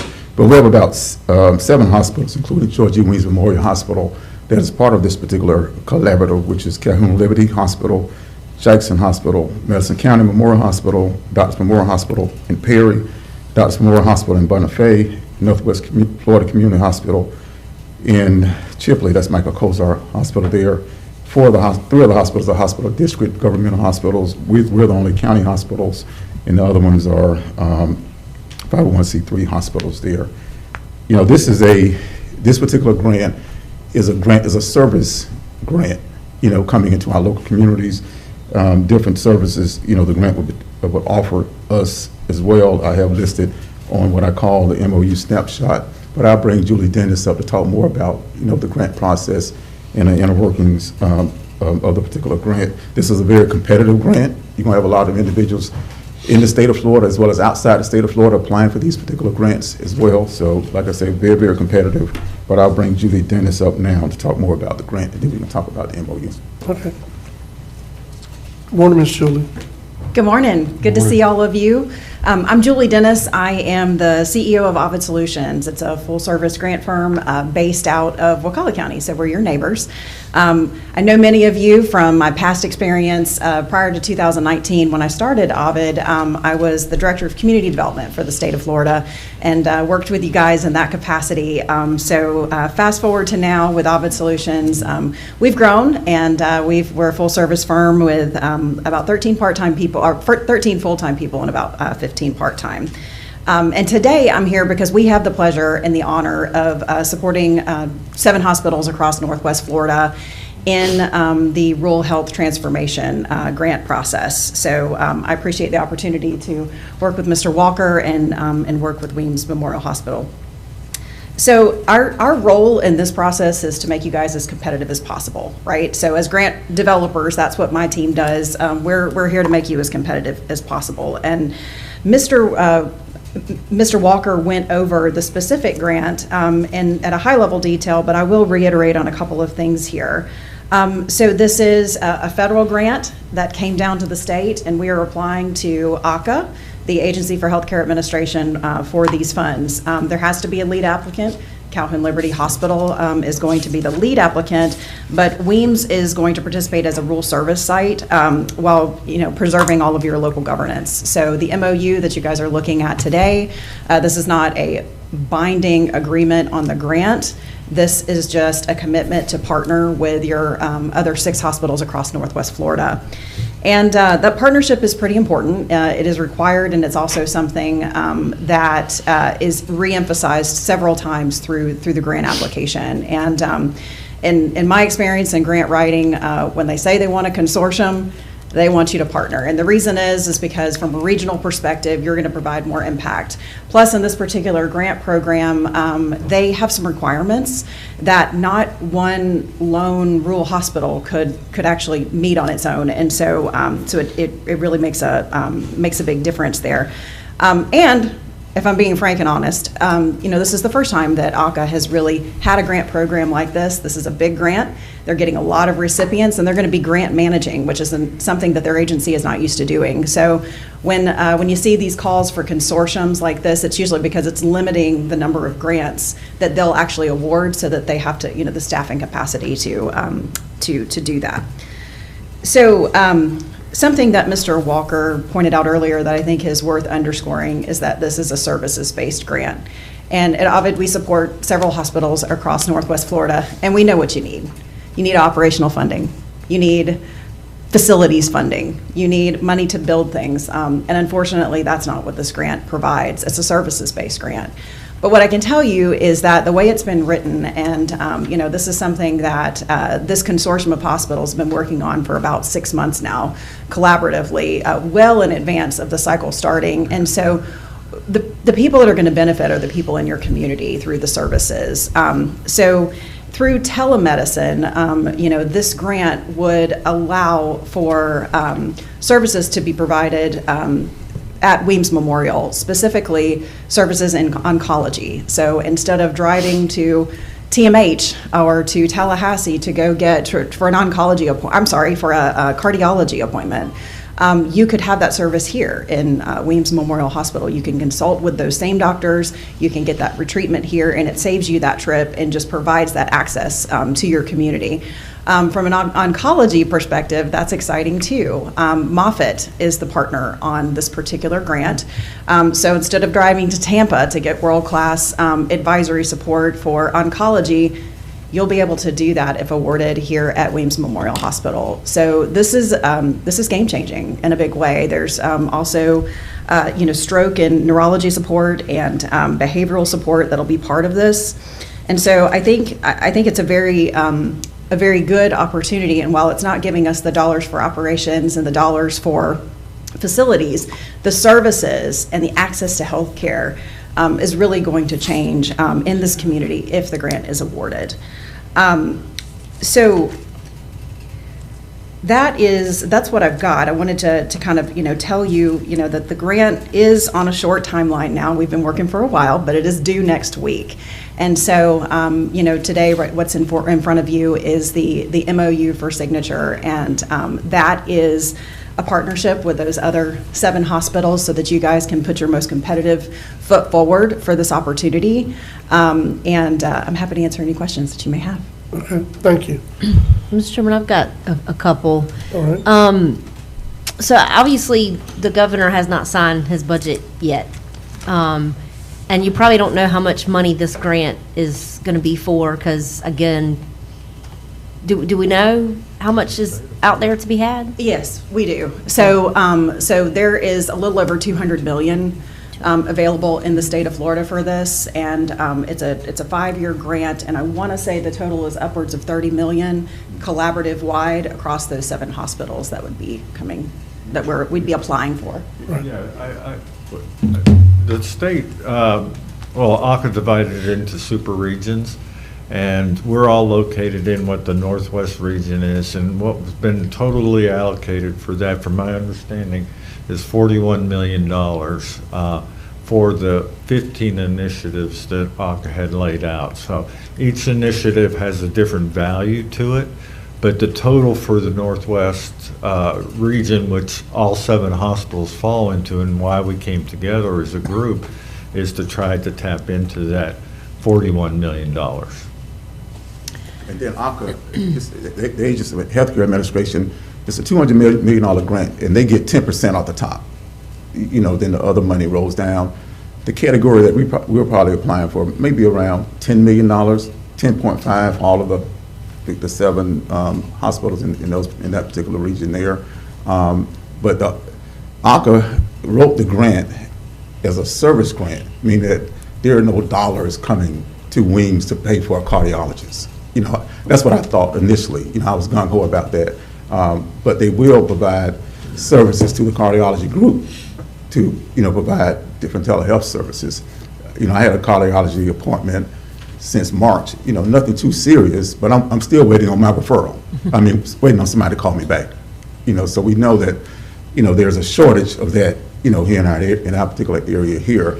And so, but when you look at, when we mentioned 200 million, we were like, oh yeah, I was gung-ho, thinking that money gonna come in, but it's not operational money too much. They'll give some money for staff training, those particular things, money for your staff to like monitor the grant, but to actually pay a provider, we can't do that. That money's not coming to the hospitals for that. Okay, another question, Mr. Chairman.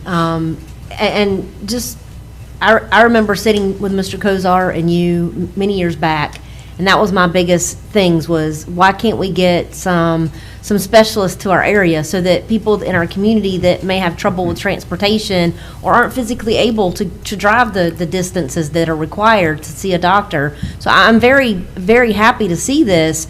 But my question, I guess, would be with this money, you said it's not operational. I get that. So it's all going to be via telehealth, telemedicine, via internet and computers.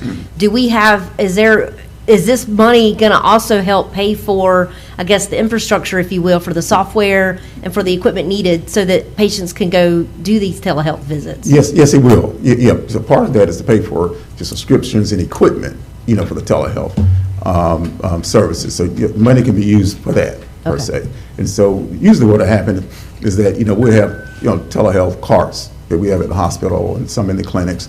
And if Suzette, for example, the provider I go to, refer me to a cardiology visit, that I can make that referral and I can set up an appointment right at the clinics there or in the hospital. Okay. And I guess another question, Mr. Chairman, if you will, the money, however, you said 10 million, 200 million, however much money we get from this, how is it going to be divided between the 7 entities? Okay, so the money that we get, all of the different specialty groups, the majority of that money gonna go to them because they're providing the service.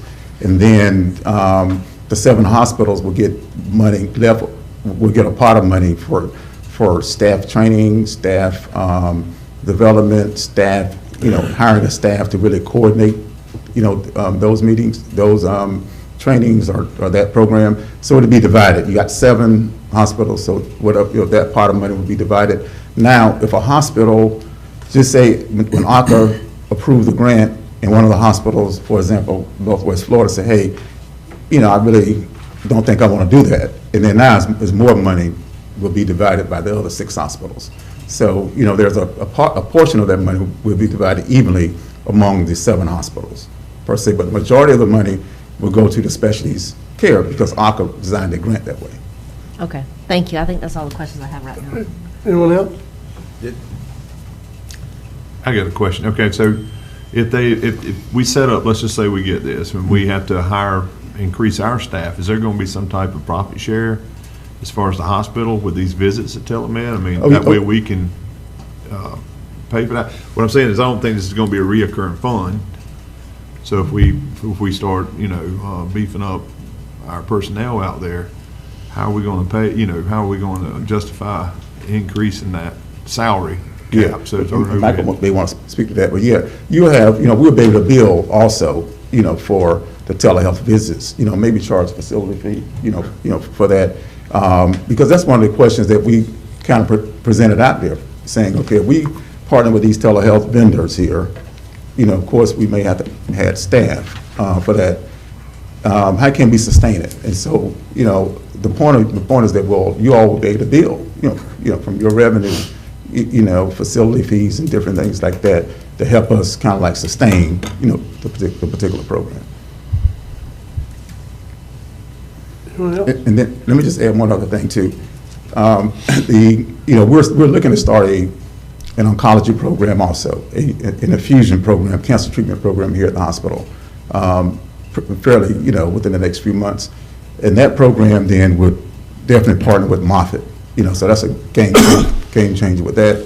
One of the reasons why Calhoun Liberty was the lead applicant, because, the lead applicant got to put out some money towards that. Our money needs to go to the retail pharmacy part. So, that's why they're the ones that really putting out the early money, like hiring the Ovid, these different costs, for this particular program. Okay. Anyone else? I'm just making an observation right here. I've been listening to it, and I got called about it, and I appreciate that. But do y'all have a plan already in place of how you're going to use this money? Because it says specialty and acute care. Yeah. So do you already have a plan of how you're going to use this money? Yes, we have a plan how we're going to use the services. So, so these are the, on the snapshot sheet here, these are the areas that we're targeting here because we don't have specialty care here in the county right now. We don't have an abundance of that, so we do have a plan. Well, the reason why I'm asking you, I'm always a devil's advocate sometimes, is it took us a long time to get that swing bed program started. Are we going to see something once we get into this regionalization project that y'all talking about with the 7 hospitals? Are we going to see something pretty quick, or is it going to be years and years and years down the line? Yeah. And also, in the meantime, who is paying Miss Julie's salary for doing this grant writing? Is it going to be Alliant? Oh, no. Actually, it's going to be the hospitals as a group. The association group? The collaborative is going to be doing that. And there's also been some legal fees that Northwest picked up in the start of this also. So it will be the collaborative. And the other point that I wanted to make too, that, as Julie outlined, is the MOU is really for us to be able to apply for the grant. So any specific contracts and stuff that are needed to be engaged will still have to come back through the hospital's normal approval processes, whether it needs to be brought to the county commissioners and things of that nature. Because David said, and I'll just use Northwest and Shipley as an example, the cardiology group that the rest of the 6 hospitals may be talking with is a different group than Northwest is using now. So Northwest may not participate with that portion of it because it's using a different group of cardiologists. So all those will still be individually determined. That's that's the other question I was going to ask. Miss Julie, are you going to be writing the grants for the whole consortium then? Yes, ma'am. My team's Okay. working on that right now. They're Okay. writing one big grant application to support all 7. Yeah, I wanted to make sure we, and the realization is this, that everything from the state here lately, for a few years now, has been regionalization, bringing everybody together in a collaborative way to get more things done. So, I mean, the one thing that I told David when he called me was I was proud of the plus sign at the end of the year on the audit. And so if you all feel like this is a good thing to do, because a little hospital like Weems, it's so hard to get that type of funds in here that you have to go on to somebody. You have to hook on to somebody to be able to get that. And thank y'all for coming and informing us of this. I just want to say one other thing. What you were saying is true. I've talked to the cardiology groups, about providing service here at the hospital, but couldn't get any bites for that, With this particular program, we're banging together. And one thing I can say about the 7 hospitals, we're putting turf issues aside. Everybody trying to come together, for this particular grant here. You mentioned, how long will it take? I think the first year, there'll be some assessments. Some things you probably can get off the ground running. Some things may take a little time, per se. But I want to be at the table. When they, dealing with the Agency of Healthcare Administration, I always like Franklin County to be at the table here and have a voice at the table. Yeah. And now I believe we have that. That's why we hosted the leadership from ARCA back in December at our hospital. Well, Mr. Chairman, one of the things was, we lost Dr. Sonala a couple of years back, a year or two back, and he was a heart doctor. If we could get some services like that in here, it can be underneath that if it's specialty, and do that. Just like we don't have very many pharmacists, over there in the eastern part of the county. You need a cardiologist in here or some other type of, doctors. This would be good to do that. So I want to go forward with this hospital and not regress back. I want to go forward with it back. And I agree with you too, Commissioner Sanders, moving forward. And I'm all about, and I think we all are, about getting all the financial assistance we can, applying for grants as much as we can, as long as we don't get bamboozled by anything. But is this just up for discussion today, or We're approving the MOU, correct? Okay. Yeah. Okay. Yes. If there's another discussion, I'll make a motion. Okay, so we have a motion to approve? Yes, sir. Second. If you would please make the motion contingent on approval. I have looked through On a first approval? reading of the agreement, but to make the approval subject to my review Okay. so I can finish. You didn't say that the first time. Oh, I'm sorry. You just said on Contingent on approval. approval. Approval of what? No, you just said approval the first time. It's good. Go ahead. Thank you for that. I appreciate it. I deserve that. Amend the motion Yes. for contingent upon. All right, so the original motion by Commissioner Crumey said he's amended it. Commissioner Amison made the second. It is also amended to the approval of this MOU contingent upon Attorney Schuler's review. I do have a couple of questions. Not that it matters, but just something to make sure that we're not being caught here. So I noticed that one of the entities that's listed is Tallahassee Memorial. Is that still valid, or does that fall under FSU? How's that all work out?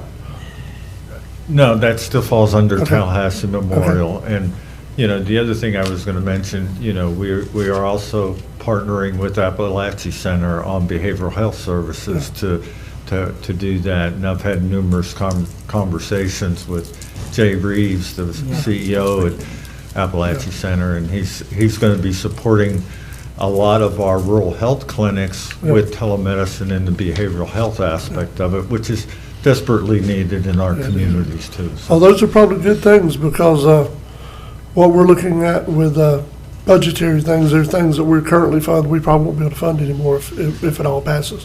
And that's just reality. Right. So there are things we do, there's even things we partner with the state to fund Right. that we're probably not going to be able to do. So anyway, those are good things to know. The only other thing I will say in discussion is I just want to know that I'm not looking for us to make money in this, but I definitely don't want us to have to be expending our operational funds to do anything involved with this operation. Is all I'm saying, to make sure we're covered. And I think, speaking for the other 6 hospitals that are come together, we all have that same concern.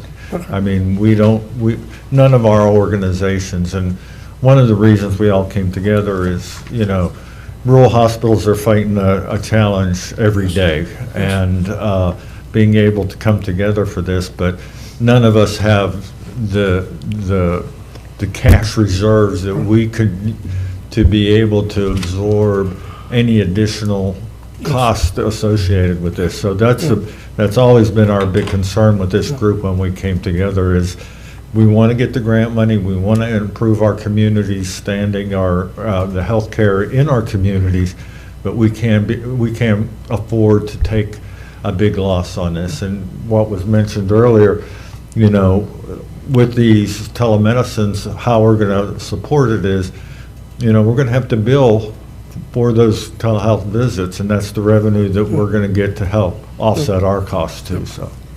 As long as I'm 100% good with it, especially if there's no associated cost with being able to do it. So that we are having to absorb from our operational funds. So that's a good thing. Any other discussion before we vote? All in favor? Aye. Any opposed? That's unanimous. Thank y'all very much. Commissioner, do y'all want to address the action item number 1 on my agreement, since it deals with the approval of the 3rd addendum to the Alliant contract to extend it for a 1-year period commencing today, June 3rd, 2026, and ending on June 2nd, 2027, with the same right of refusal of either party to terminate for convenience upon the provision of 45 calendar days notice of termination to the other party, as was the case for the termination provision in the 2nd addendum. Right. So that's good. That's all legal wording. So it's a 1-year extension, Yes. and it's, what's the termination provision? It will terminate on June 2nd, 2027, unless it is terminated by convenience of either parties upon giving 45 days notice of termination to the other, which Okay. is the same period of time for the convenience termination that was in the 2nd addendum. And it's not automatically renewing? It does not automatically. Okay. I just wanted to make sure, I mean, I know you were reading the legal language, and I'm good with that, but, Yes, sir. It's just a 1-year period Okay. expiring on June 2nd, 2027. There is no automatic right of renewal. The Okay. board did not want that in there, so I did not put it in there. you're good. So before we make a motion or vote on this, potentially, I would call for public comment. This is part of Attorney Schuller's report. It was added as a late ad, because it was not, anyway, it was just late. So if there anyone in the room that wants to comment on it publicly. You do not have to have filled out a speaker card to be able to speak on this item. It was a late ad. Mr. Roan, can you check virtually? The chairman has called for anyone attending via Zoom. If they'd like to address the board in this matter, please indicate by raising their hands.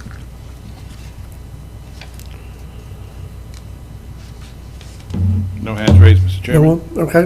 What's the pleasure of the board? So, second. Am I flipping a phone here? I made a motion, he Okay. seconded. Made a motion by Commissioner Amison, second by Commissioner Crew. Any discussion before we vote? All in favor? Aye. Any opposed? That's a 5-0 vote. Anything else, Attorney Schuler? Not regarding the hospital, no, Okay. sir. Thank you. Have a great day. Yep. Appreciate it. Appreciate it. All right.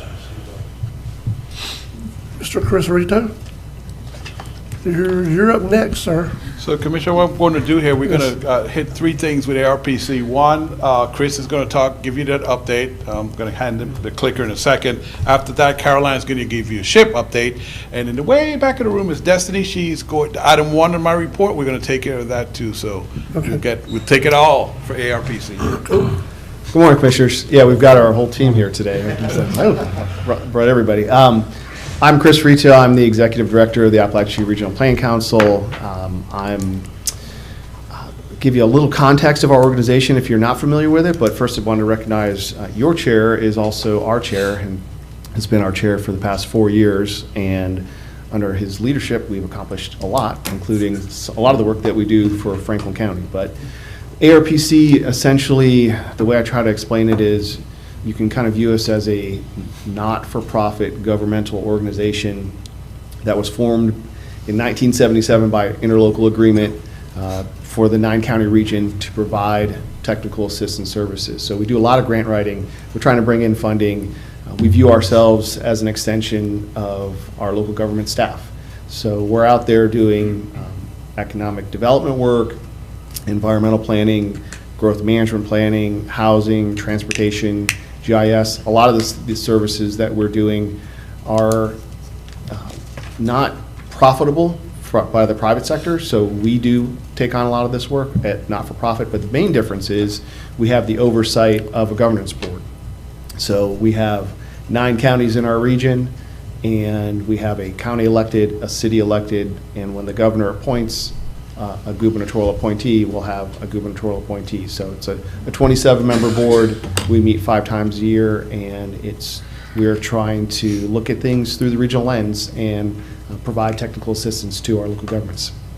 The reason we're here today is to talk a little bit about the revolving loan fund program, which several years back, Franklin County, through an MOU, gave ARPC a $308,000 RLF pot of money, one that ARPC managed several years ago, and then the county took it back over and then realized it's a big headache to run one of these, and then executed the MOU to give it back to us.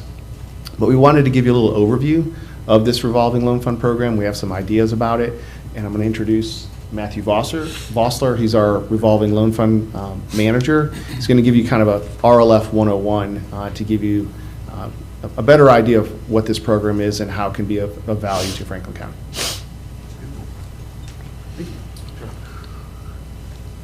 Good morning. You know they cleared the bench when Matt comes in to present.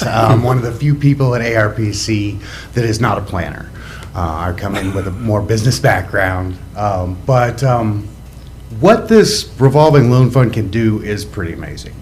And we're just going to go through it very high level, but please don't hesitate to interrupt, ask any questions, anything like that. It can get a little technical, but I'm happy to help you through this. Basically, revolving loan fund, what does it do? As you make loans, as the principal gets paid back, we lend it out again. That's the whole idea of revolving. As we've made loans, it comes back, we re-lend the money. Ideally, we make a little interest on that money. Not so ideally, some of that money doesn't come back when loans don't pan out, but that's why we do our due diligence on the front end to make sure that everything is right and correct. And we also do 100% collateralize all of our loans. So there is also the opportunity to recoup those funds. The federal RLF is set up as what we would call gap lending. Basically making up the difference between what an entrepreneur needs and what a bank is willing to lend. Now, that's a big ask right there, but basically commercial property is one of the best examples of that. Commercial property, we're going to say somebody wants to build a new factory or some such, and they've got all of their money to purchase the property, they've got the money to build the building, but then they still need 6 months of capital to hire people, to get their people on the ground, things of that nature. That's where ARPC and the revolving loan fund can come in to make sure that they have that capital access and they can hire folks, basically, for lack of a better term, kind of a cherry on top of the other lending opportunities to make sure that things aren't as tight and that they can reach their goals. What is it going to do for your local businesses? It can activate more money, increase available capital, stimulate your local economy, risk reduction. So the bankers really like this, because if you can think about a commercial property, you're going to put 20% down. The bank's going to cover 80%. We can come in and help with a little bit of that money. We can come and put another 10% on it. So that way, the bank is still covered for their full 100% of their input in it. And we take on the additional risk as a second lien on the property. So that's going to incentivize the original lender, the commercial banker, the mortgage broker, to make more loans because they have less risk. We take on that risk with the revolving loan fund. We take the additional risk so that they don't have to. So when we activate a revolving loan fund, we generally do it regionally, but this one's going to be specifically targeted at Franklin County. Job creation is one of the biggest things that we're going to push for. You can see as Mr. Rito noted, this would be our Appalachia region, our 9-county region. I know you all are very familiar with it, and I'm very familiar with Franklin County, and I ran into a couple family members here. My family is originally from Franklin County, out Bluff Road. So this is probably one of the greatest examples of what we've done recently with some of our other RLFs. Some of you may know it, some of you may not, but we recently were able to get a mine off the ground just north of Franklin on 67 in Liberty County. This is Green Reef Mining. They put a lot of money into purchasing the property, getting all the licenses and leases and environmental hoops and things of that nature. Now it's time to get the trucks. It's time to actually get digging. We were able to come in and help a little extra money, $250,000, to help them get started. Basically, it was 3 months worth of capital to make sure that they could make payroll, expenses, healthcare, insurance, all of those particular things, so that, for lack of a better term, the rocks could get moving. The business has been incredibly successful so far, and has really started to get rolling. So without the RLF, this wouldn't have happened. And I think that's a big deal. I think that's a very big deal, because as you go through these processes, sometimes there's just not enough money there, but there's already a lot of money invested. I was particularly very proud of this one, because not only that, but it's going to lead to 15 local jobs. But this kind of project can also spin off additional projects, because you're looking at, I know that there's talk right now of starting a trucking company, to be able to move some of these rocks around. So they're going to be supporting businesses that can come around this. And the RLF can help support that also. But right off the top, this is going to lead to 15 jobs in the first year. And these are all going to be local-owned business, whether it be, Franklin County or Liberty County. It's going to affect the entire region. When some of us win, we can actually all win together if we work together, just like you saw with the regional hospital aspect there. So what we're really asking, as Mr. Rito mentioned earlier, we do have some of those funds from Franklin County. We'd like to activate $150,000 of those funds. We will use that to leverage another $350,000 from the federal government to bring a total of $500,000 worth of investing into the Franklin RLF. Pretty simple there, that we can triple the money through the RLF. Now, it would be really nice if we could triple the money and then they said, do what you want with it, but we will activate some rules and regulations. That's where they come in with the gap lending and so forth. I know business lending is not the most exciting thing that you've heard, but it really is something that can promote and take what you're doing well and push it over the edge to doing great. And that's really what this is designed to do. The other nice thing, they're not direct business loans. They're ones that other lenders are involved, other people involved, other money is involved. So generally when you get those kind of partnerships together, the risk goes down. because you got a lot of people paying attention to it. Sometimes when you do direct lending, like micro lending, a $10,000 or a $50,000 loan directly to it, those can be very risky. And I've been in the business now for about 5 or 6 years, and those under $50,000, no matter what collateral you have, you got about a 50-50 shot of getting paid back. That's about how that works. So this lending model is much safer, but still provides the value to the local community. And really, that really wraps it up. Again, my name is Matthew Vossler, but if any questions that you all have, I'd be happy to answer those. Commissioners, do you have any questions? So, Matt, are you needing us to vote to allow the 150? ARPC to do this? So the way the MOU is structured right now, it's the $308,000 is dedicated to Franklin County. It means we're going to make loans to Franklin County. Now, we haven't made a single loan to Franklin County since we've had that money. There hasn't been a lot of asks. Matthew's been working with the banks. We do work with the small businesses, but there are a lot of obstacles sometimes. You know, these loans have to be collateralized, and that's the major challenge. What we're asking, and really more for the board's awareness, is we'd like to turn that money into more money by taking $150,000 of it and applying for an EDA grant that would turn it into $500,000. That does put some more rules and regulations on the funding, but we'd still have that other 150 because we'd be taking about half of it to turn that. We'd have that other 150 to have that flexibility to kind of work with the smaller businesses. So we'd still be within the framework of operating within the MOU, but just we wanted to make sure that you all were okay with us applying for this EDA grant. And there's no guarantees right now. Matt's kind of reached out to our contact at EDA. There haven't been any recent grants lately. It doesn't mean that we can't apply and that doesn't turn it around for us. We are an economic development district for the state of Florida. The Appalachian region is. So there is a chance that this funding does come through, but we wanted to pursue it. We wanted to turn it into more money, and we wanted to make you aware of it and make sure that you were okay with that decision. Okay. I got a question. This Yes, may be sir. a dumb question. So basically, we got 300,000 there.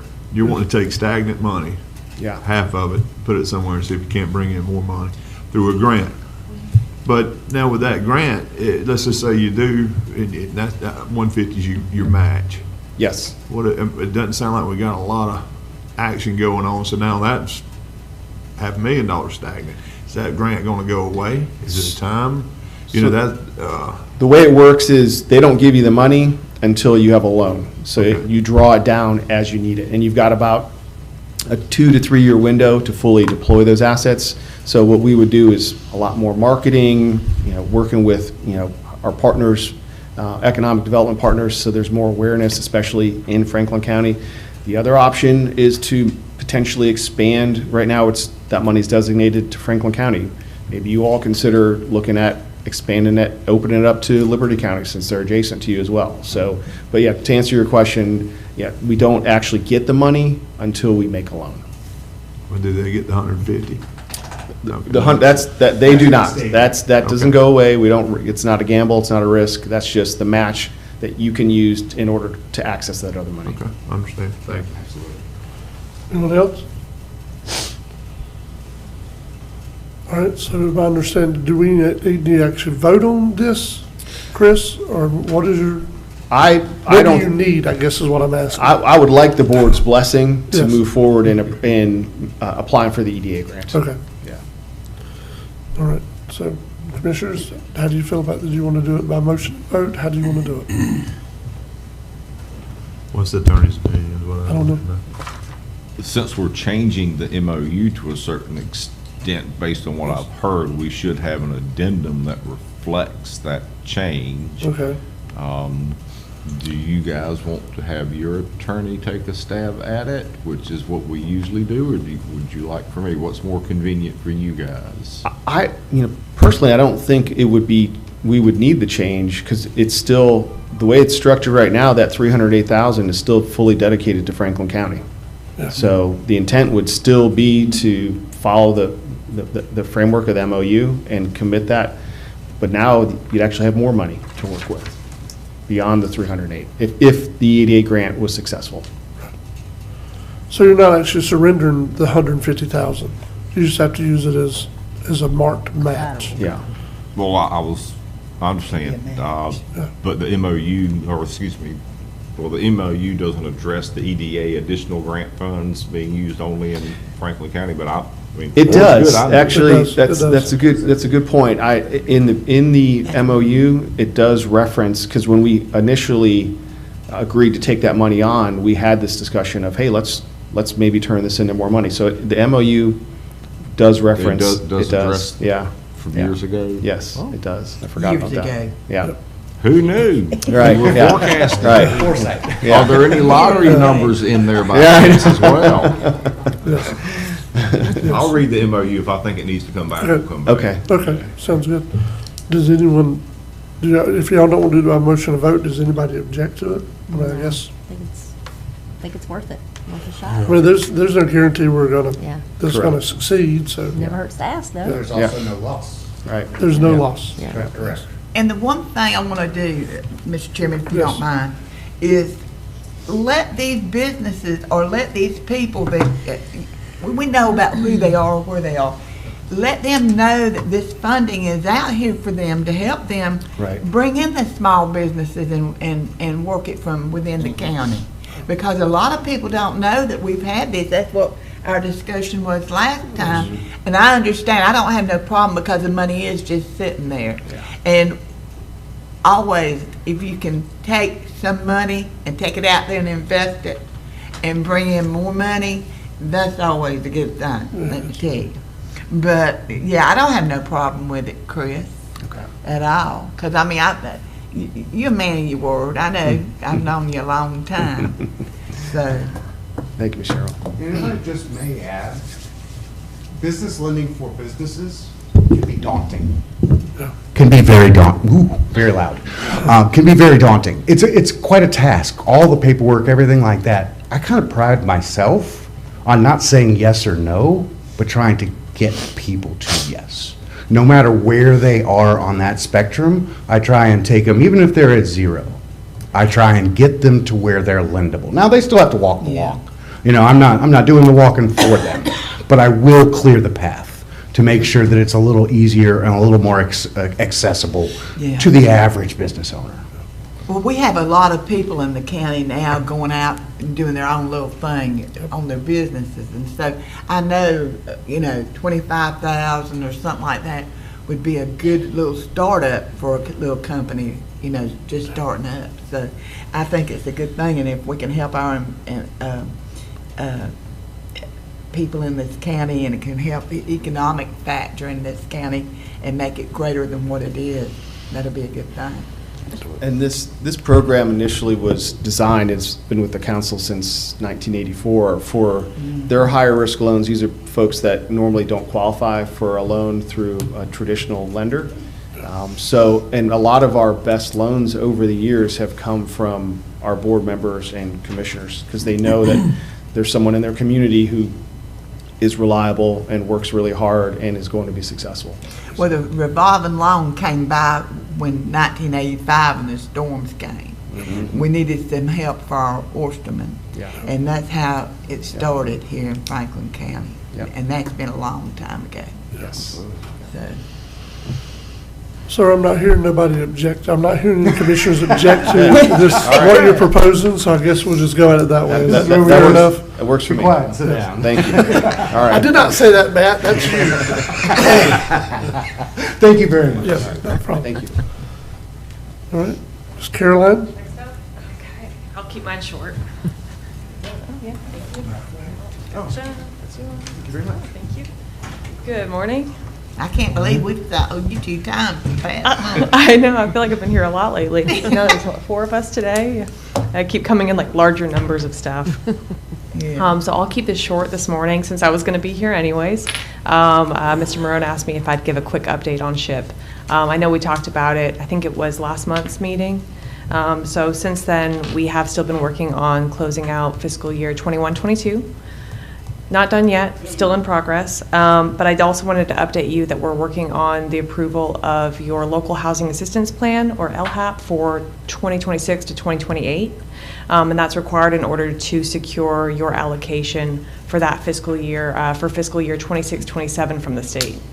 So we're working on that right now as well in the background. Hope to have more of an update on the 21-22 fiscal year for you sometime next month.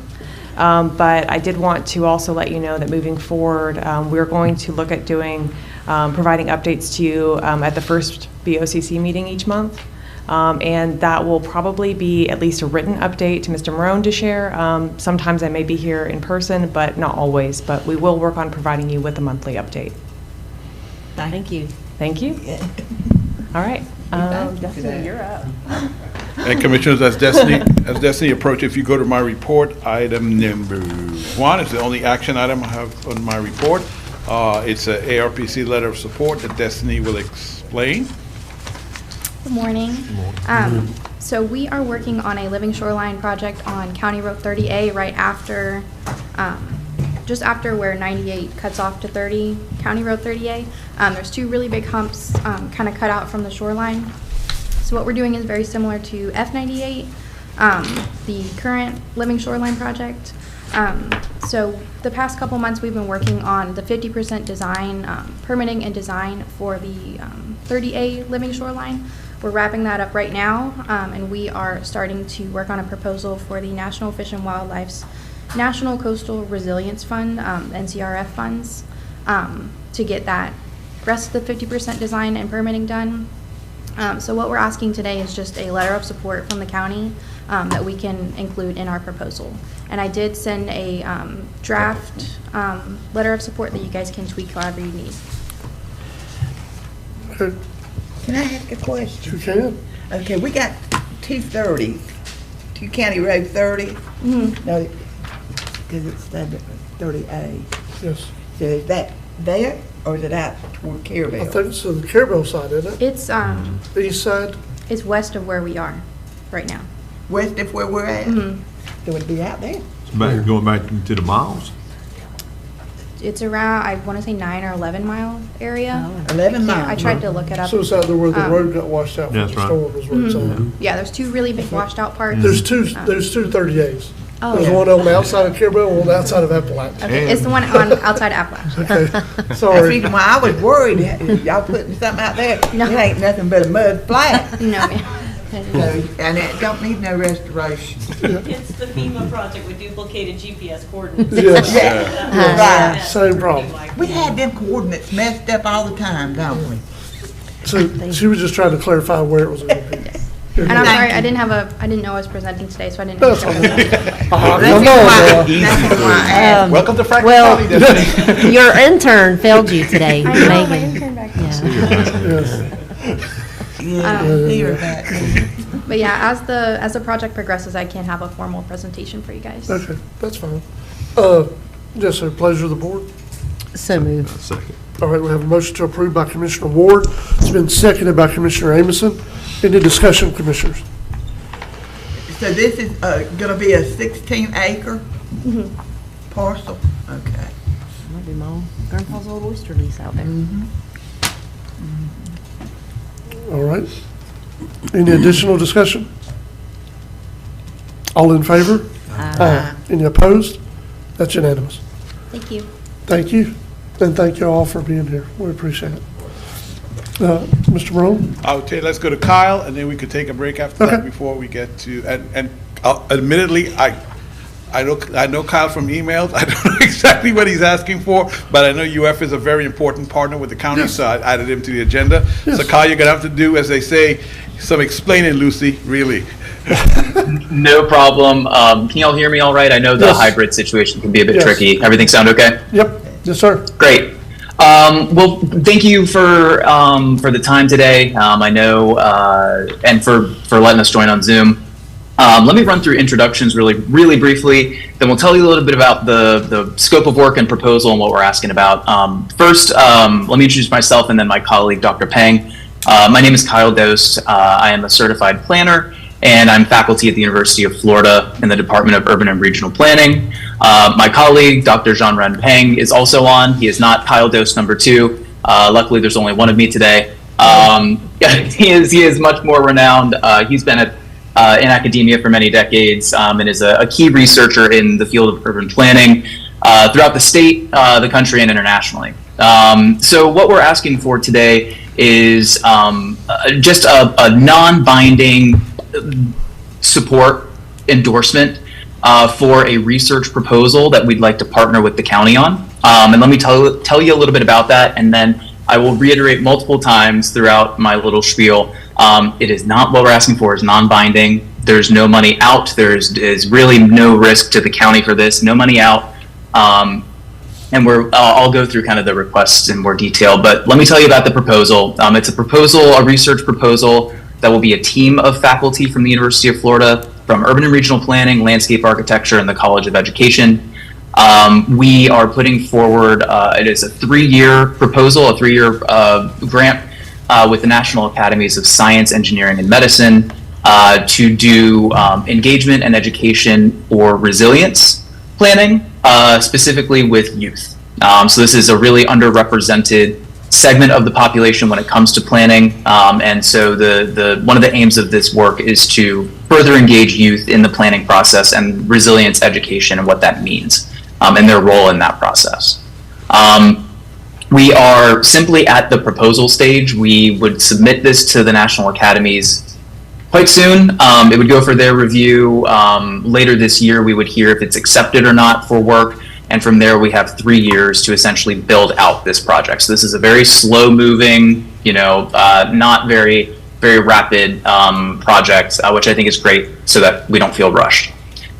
Essentially what we would look to do is in year 1, we would build out an automated AI tool. Now, this is not ChatGPT or Claude or Gemini. This is going to be something that is much more tailored. Oops, lost one of my AirPods. This is going to be something that is much more tailored to this project and utilizing pre-existing data from FEMA, US EPA, NOAA, Army Corps of Engineers, and any local planning documentation. So year 1 would kind of be building that out and fostering partnerships. Year 2 would be programming with youth. So right now we kind of have planned for a 2-week intensive learning on campus at the University of Florida in Gainesville for a set group of youth, and then 2 weeks back in their home city or their home place for kind of additional learning in place. Year 3 would be evaluating the efficacy of that tool and providing documentation back to stakeholders. So that's a little bit about the timeline and the scope of work. I should mention also, we are specifically looking to partner with Apalachicola / Franklin County, and then St. Petersburg, Florida for our second case in the state of Florida. I'm assuming you all might ask about benefit and risk, so I came prepared with a little bit of that. Really, this is very low stakes across the board. There would be no money coming to the county, but no expenditures expected for this work. And anything is non-binding. If y'all decide you want to hop out later, totally agreeable. The benefit would be providing youth with an opportunity to do some intensive learning in a field that is probably maybe not covered so much in standard curriculum. It would provide them with engagement beyond their current place of education, coming to the University of Florida. And it would provide, we hope, more preparedness and resilience for Franklin County. Having youth understanding what, say, a storm might mean, or the economic impacts of losing oystering, and how can we prevent these kind of losses and mitigate these losses in the future. So strength through educating and empowering youth. Let me tell you a little bit about the request, and then I'll have Dr. Peng fill in anything that I missed. I'm kind of going quick here. Our request, and I can see it on the agenda, but I'll just kind of briefly go through, is just a simple letter of endorsement that you would be willing, again, non-binding, willing to explore opportunities to partner if we are even accepted for this proposal with the National Academies. The low bar here, or the low risk bar, is that really we would look to the county for connecting, and this is in the letter, I'm reading off of the letter, connecting researchers to youth, connecting the project to youth and networks in Apalachicola and Franklin County. So connections, potentially helping to recruit and orient youth participants in the program, assisting, we're looking at neighborhood scale resilience reports, so making sure that those are on track and grounded in realities that you all see in Franklin County with your policies and your plans.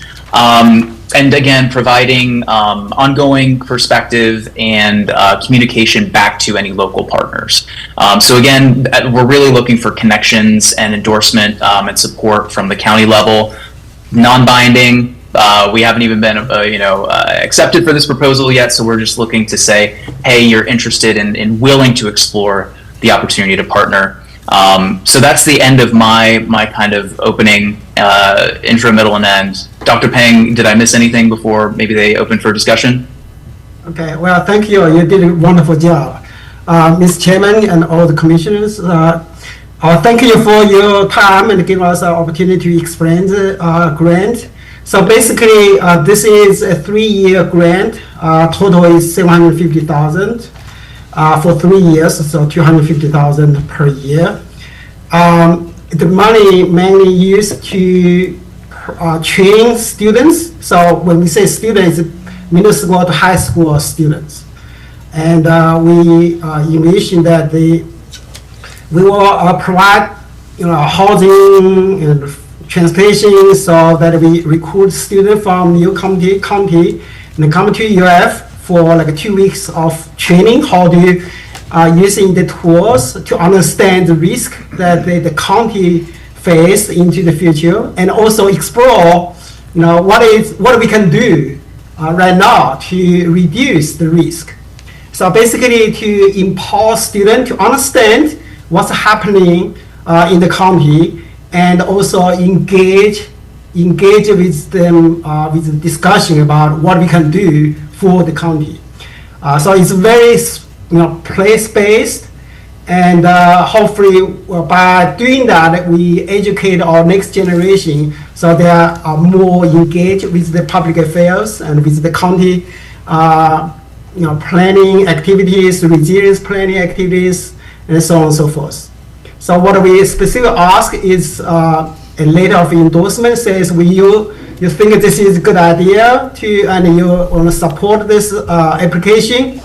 As Kyle said, the money is mainly used to support the students. So we build the tools, and then we use that tool to train the student, so that student can have a better understanding what's going on and what they can do to enhance their resilience to the future. Sounds like a great program. Welcome any comments and questions. No, it sounds like a great program. The only question I really have, I think it's a great idea. How many potential students could be involved in this program? Okay, so that will depend on the budget. So right now we're envisioning about like 20 students from U County and another 20 from St. Pete's in St. Petersburg. Yeah. Okay. So this will be like 2 years. 1 year is, and 1 year is 20, and the second year is probably another 20. That's currently in the plan. Okay, so a total of 40 before the end of the program. Yeah. Across the second and third year, correct? Right. Okay. And Mr. Chairman, I'm reaching out to my contact at the school board, the school district, because I think this is something they should also pitch to the superintendent and to the school district also, because we have, you may explain to them better, sir, that we only have really truly one high school. We have 2 elementary schools, but 1 high school here in the county. So what Mr. Marone's saying is that he's probably a good idea to talk also with the high school, the superintendent, because we have a consolidated school in the county.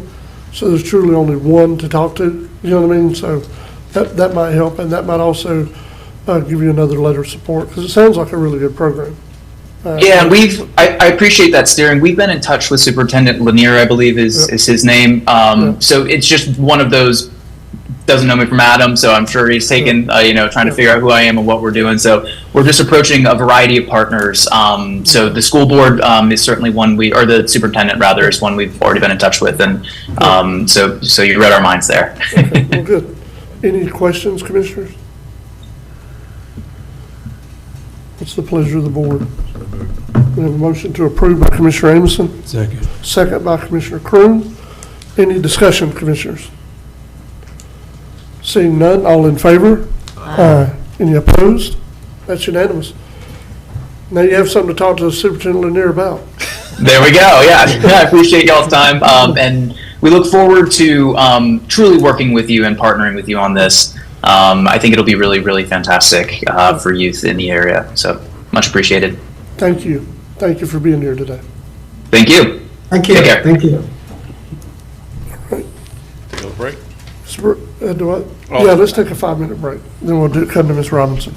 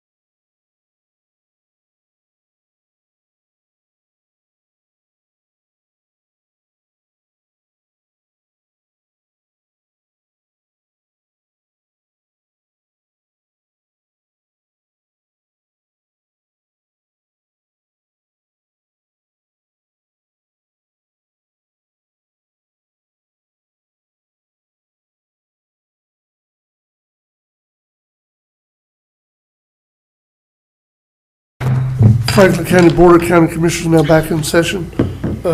Next up on the agenda is Ms. Bree Robinson, County Planner. Ms. Bree, I will remind you before we get talking, we do have public comment on this item. We can do that now if you think that would be appropriate. I'm okay with that. Also, I want to give Commissioner Ward a chance to speak as well before I go into mine. Thank you. Okay. Ms. Gale?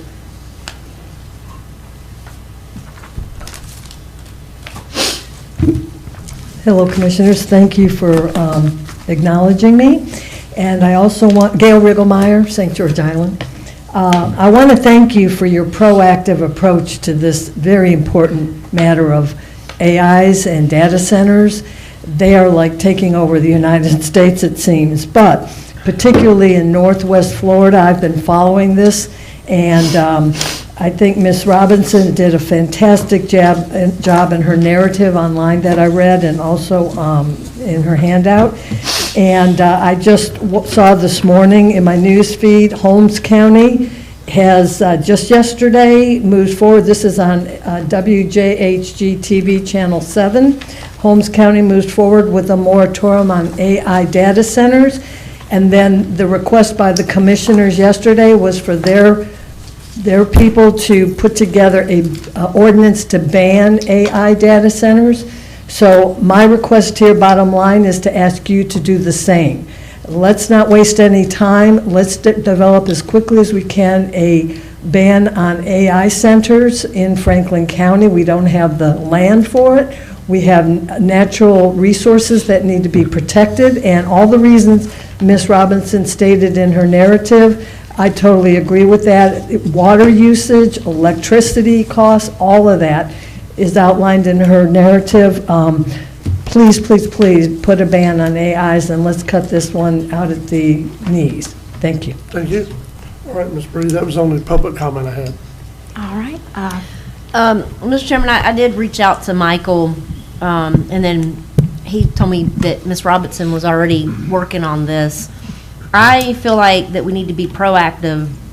We've got all these neighboring counties that are coming forth. I've done research on these. And AI, I know AI is here. It's among us every day. I mean, right now on our iPads, we're using AI in some form. I know people have used AI. But these data centers are data, tomato. But I think they're going to be, personally feel like they'll be a detriment to our area. And doing some of my research, one data center can use the equivalent of electricity for 20 million homes. Do we even have 20 million homes in Franklin County? And I know a lot of people say, well, the water consumption, like, where does that come from? And I didn't know. I'm like, well, why are data centers using water? Well, they have all these servers that require to be really cool, and instead of using HVAC systems, they use water cooling systems. And it's just really wreaking havoc on the aquifers, and the water consumption is just astronomical. I've seen all the other surrounding counties either talk about them. Some have homes and other areas that put moratoriums or banned them outright altogether. I just feel like that we as a board need to think about this and potentially move forward with either banning them, putting a moratorium on them. Me personally, I would rather just ban them outright, because all these other counties are banning and putting a moratorium. Then they're gonna definitely come to Franklin County and want to be like, well, everybody else around you don't want them, so we're gonna come to you. And with that, I'm gonna let Ms. Bree discuss some of the research that she's done, and especially when it comes to our zoning code, because I know a couple meetings back we talked about how some of our comp plan and things, there's some ambiguity in some of the language. I just want to make sure that these guys can't skirt around our zoning code and come in and say they're doing something and then put one of these things in here. So with that, Bree. Thank you, Commissioner. Yes, I'm here today in response to Senate Bill 484, which takes effect July 1st, 2026. Essentially, I'm seeking direction from you regarding the preparation of any proposed ordinances, including potential restrictions, moratoriums, bans, or other regulatory measures related to data center development. I will step through my report, and I'll try to keep it short because I know everybody probably has had a chance to look at this by now. My report basically touches on what is a data center, and just for the room, a data center is a facility used to house computer systems and associated components such as telecommunications and storage systems. Data centers are critical infrastructure for the storage and processing of information, and they support the global financial system, cloud services, machine learning, and artificial intelligence, or AI as we all know it. My report does walk through some pros and cons of data centers. Some pros, I'll start with those, are economic growth, job creation, infrastructure improvements, and overall supporting of digital services, which everybody knows we've been moving that way. Some cons are high energy consumption, high water usage, and community concerns. Property rights, property taxes, water quality, rising utility costs, noise, and pollution are all topics of concern that have come up. I do want to make some corrections to my report. I apologize, I threw this together very quickly on Monday. I had stated in my report that every zoning district classified has the language that uses determined by the Planning and Zoning Commission to be similar to the above are an allowed principal use. That language only appears in our commercial zones and the industrial zone. Specifically in the industrial zone, that language comes with I say there is limited industrial zone land available in the county, but there are large amounts of agriculture and preservation zone land in the county. A moated developer could attempt to rezone and fall into that allowed principal classification in the industrial district. And with no safeguards on this type of development within the code, there is a lot of room for interpretation.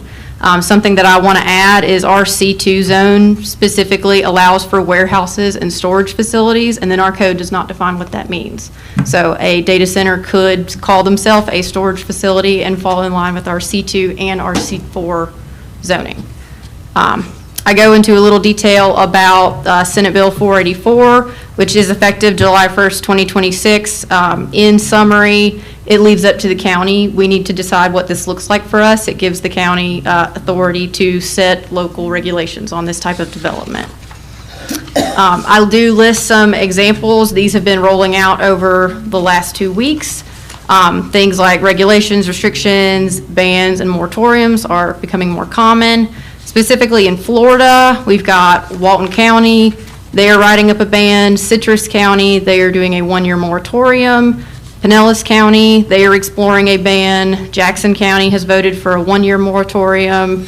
Brevard County has voted to prohibit property tax breaks for AI data centers. Nassau County has voted for a moratorium. And then just recently, in the last 24 hours, we've seen news come out about Bay County and also Holmes County. Bay County is investigating a moratorium. They haven't fully decided. Holmes County has said they would like to move forward with a moratorium and halt this development and keep applications from rolling in. Sorry, I'm being a little long-winded. Now we've moved on to my recommendation, and it is 2 parts. I am proposing that you consider amending the Franklin County Zoning Code to specifically establish a definition for data centers so it doesn't fall into storage or warehouse, because we don't have a definition for either of those. I'm also recommending that you consider either adopting an ordinance to prohibit data center development countywide or adopt a 5-year moratorium on new data center development applications throughout Franklin County to allow for additional study and evaluation of the potential environmental, infrastructure, land use, and community impacts associated with such facilities. As other Florida counties are banning or placing moratoriums on this type of development, failure to act could leave Franklin County in a position to be targeted for large-scale development without ample time to thoughtfully develop and implement appropriate regulations. I did add another bit to my recommendation this morning that yes, this is very precautionary, but we don't know the full extent of the long-term effects of this type of development, and we don't have specific regulations for this kind of development in place. The idea of a ban or a moratorium would be to allow some time to pass so that other communities with more resources than we have can conduct research and create their own policy, allowing us to watch and learn. We live in an environmentally sensitive area, and we do not need to be leading the pack on this type of development, in my opinion. All right, anyone have any questions? Yes, Mr. Chair, I got a question. After reading through the information in the Senate Bill 484, which does not force the county to approve any data centers. My biggest concern and question is, Attorney Schuler, with all this state and federal land that we got around here, if we, tentatively, deny or make an ordinance or anything, can the state override us with their property? You may have to look into that, but that's my concern. Senate Bill 484, Mr. Chairman. Go ahead, Bree. I was just going to say, my understanding of this is even if the state is going to develop property, they still have to meet our local code. An example of this, next week on the planning and zoning agenda, Bald Point State Park, which is state-owned land, they're going to be applying for some RV spots and a new toll booth. They're coming to P&Z and they're going through our local checks as necessary. A toll booth? Yeah. Yes. Yeah. Yes, that's what they called it. Huh. Maybe that's a discussion to be had. Oh, wait, not, just to get ahead of that so we don't get too far. They call it a toll booth, but I think it's more of like you enter the park, you get a ticket. There's like a little visitor center. Gotcha. Yeah. Wait, I can use my fast pass in the park? All right, we're getting off topic. But that's my concern is about that, if they can override us. Commissioner Croom, the answer is yes and no. I mean, if they decide to pass a law that says thou shalt, there's not a whole lot we can do about it. But we're not there yet. So just wait and see how that develops. As of now, this bill that takes effect in July does give us local control, so I think we should take advantage of that and get ahead of this if we can. Yeah, Mr. Chairman, I did read Senate Bill 484, and it does specifically state about the state land that we do have basically foresight. I know the state can still override that. If we say no and they don't want the answer to be no, then they can, but this Senate bill does state that, so.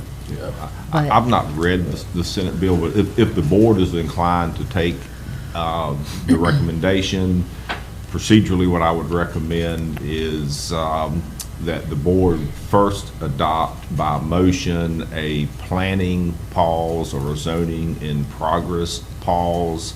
And this motion would direct county staff to neither receive nor process any applications for data centers. That you also, with another motion, authorize me to schedule a public hearing on a moratorium, because those do have to be adopted by ordinance. But you would, through the planning pause, you would basically halt any applications from coming through and being processed until you can get to the moratorium, and then the board makes a decision to adopt the moratorium ordinance or to not adopt it. This is the procedure that we have followed a few times in the past. Not often, it doesn't come up that often. I think Commissioner Sanders and Commissioner Jones are the only ones that have been on the board when we've gone through this before. But that would be my recommendation. That way, staff has immediate direction from the board that if they should receive a application for a data center before you get to the moratorium, that they're under direction from the board not to either receive it or process it. The moratorium ordinance, I mean, they like any other ordinance, you advertise it in the paper, you have a public hearing in 10 days. If the board thinks it's important enough, we can schedule it for a special meeting in between meetings. That's at the discretion of the board. And then during the moratorium period is when the board would develop an ordinance on this particular subject matter, whether it's an outright ban or a development regulation. I mean, who knows how that will ultimately end up. That will be up to the board. I'm not comfortable with a 5-year moratorium because there's some limitations on our ability to have moratoriums. Let's start with a year, and if we're processing it and haven't finished in a year, there's nothing that keeps the board from extending that if necessary. So that would be the two actions. One, by motion, direct your staff under a planning pause or zoning in progress not to accept or process data center applications, and then authorize me to schedule a public hearing for the board to consider adopting the moratorium ordinance. Okay, let me ask you a question. Should there be a third thing there? Because one of her recommendations was making sure that we went through whatever process it takes, to actually put a definition of data center in our, That would be part of the, Okay, during it the can be done moratorium together. as the ordinance is Okay, developed, that's fine. Mr. Chairman. Mr. Chairman, why can't we just ban them all together? We can. I mean, why, I I'm not saying mean, you can't, but you just can't do it today. okay, well, Yeah. Mr. Chairman, I'm ready to make some motions here, if you're ready, accepting at the end of the that's what it is. I'm gonna take, on the, directing staff, I'm gonna make a motion to direct staff to not accept any applications that therefore after today on any AI centers or anything connected to that. That's my first motion. Let's take them separately. Yeah, that's Okay. my first motion. Okay. So we have a motion, as stated by Commissioner Sanders, and we have a second from Commissioner Amison. And this is for the planning pause and zoning Yes. in progress, as Yeah. I've described it to the Yeah. board. Yes. Yeah. Just for the record, the board is nodding their heads in the affirmative. Okay, do we have any discussion? Make sure everybody understands what we're doing. Okay. Now, Hold on, we hadn't voted. I'm ready. You ready to roll? I think I'm ready. She's on a roll. I don't want these things here. So, any discussion before we vote? All in favor? Aye. Any opposed? That's unanimous. Okay, in my other motion, I want to do it by motion. I want to have a public hearing. I'm gonna make a motion that we do a public hearing on banning AI centers. Do we have to, can we do it like that? Commissioner, my recommendation is for the moratorium to precede the ordinance because we don't, it's going to take us some time to develop the ordinance. think so? So the moratorium would give us time, myself and your staff, with our resources and also reaching out to other resources to develop an appropriate ordinance for the board's consideration. But my recommendation would be to schedule a public hearing to adopt a one-year moratorium to ban. Mr. Chairman, my question, I'm confused. Moratorium ban. If we're making and no offense, if we're making an ordinance for a moratorium, why can't we just make an ordinance to ban them? If that's the way we feel. But I think what Attorney Schuler is trying to say is that you put the moratorium in place, then work on the ordinance and make sure that it's bulletproof. Well, I thought to that's what we ban. did, just for basically. No, we put a pause on zoning. Zoning. They're Gotcha, not taking gotcha. any applications. I got you, okay. Yeah. That'll give staff and legal time to make sure that we got something that can't be manipulated in litigation, so to speak. Am I correct with that? Correct. The planning pause is intended to get us to a public hearing for my recommendation is a one-year moratorium. During that one-year moratorium, we would develop the ordinance, but nonetheless, there would not be any applications received or processed before the moratorium ordinance. And if the board adopts the one-year moratorium, you're still not going to receive and process data center development applications in that one-year period. I mean, we may come back in 3 months and say, we're ready to present an ordinance for you to adopt. And then it would shorten that one-year period, but it may take longer, as has been pointed out, perhaps leaning on other counties with more resources than we are to see what they develop, and then we piggyback as opposed to something else. But I was just going to say, and I think you might have covered it, we're not alone in the idea of banning them outright. So we do have other counties with more resources that we can reach out to and kind of mirror what they're doing. Well, as I sit here today, I wouldn't know how to define a data center. I mean, I'm sure I could find out in a couple of hours research like you can with most things, but this is the process that we have followed in the past, so I'm just simply trying to follow the process that we've used in the past on certain issues, which is a planning pause, zoning in progress pause, so staff has immediate direction not to receive or process applications. Then a moratorium ordinance, which if it is adopted by the board for whatever, I mean, we've adopted them for 4-month periods because we didn't think it would take very long.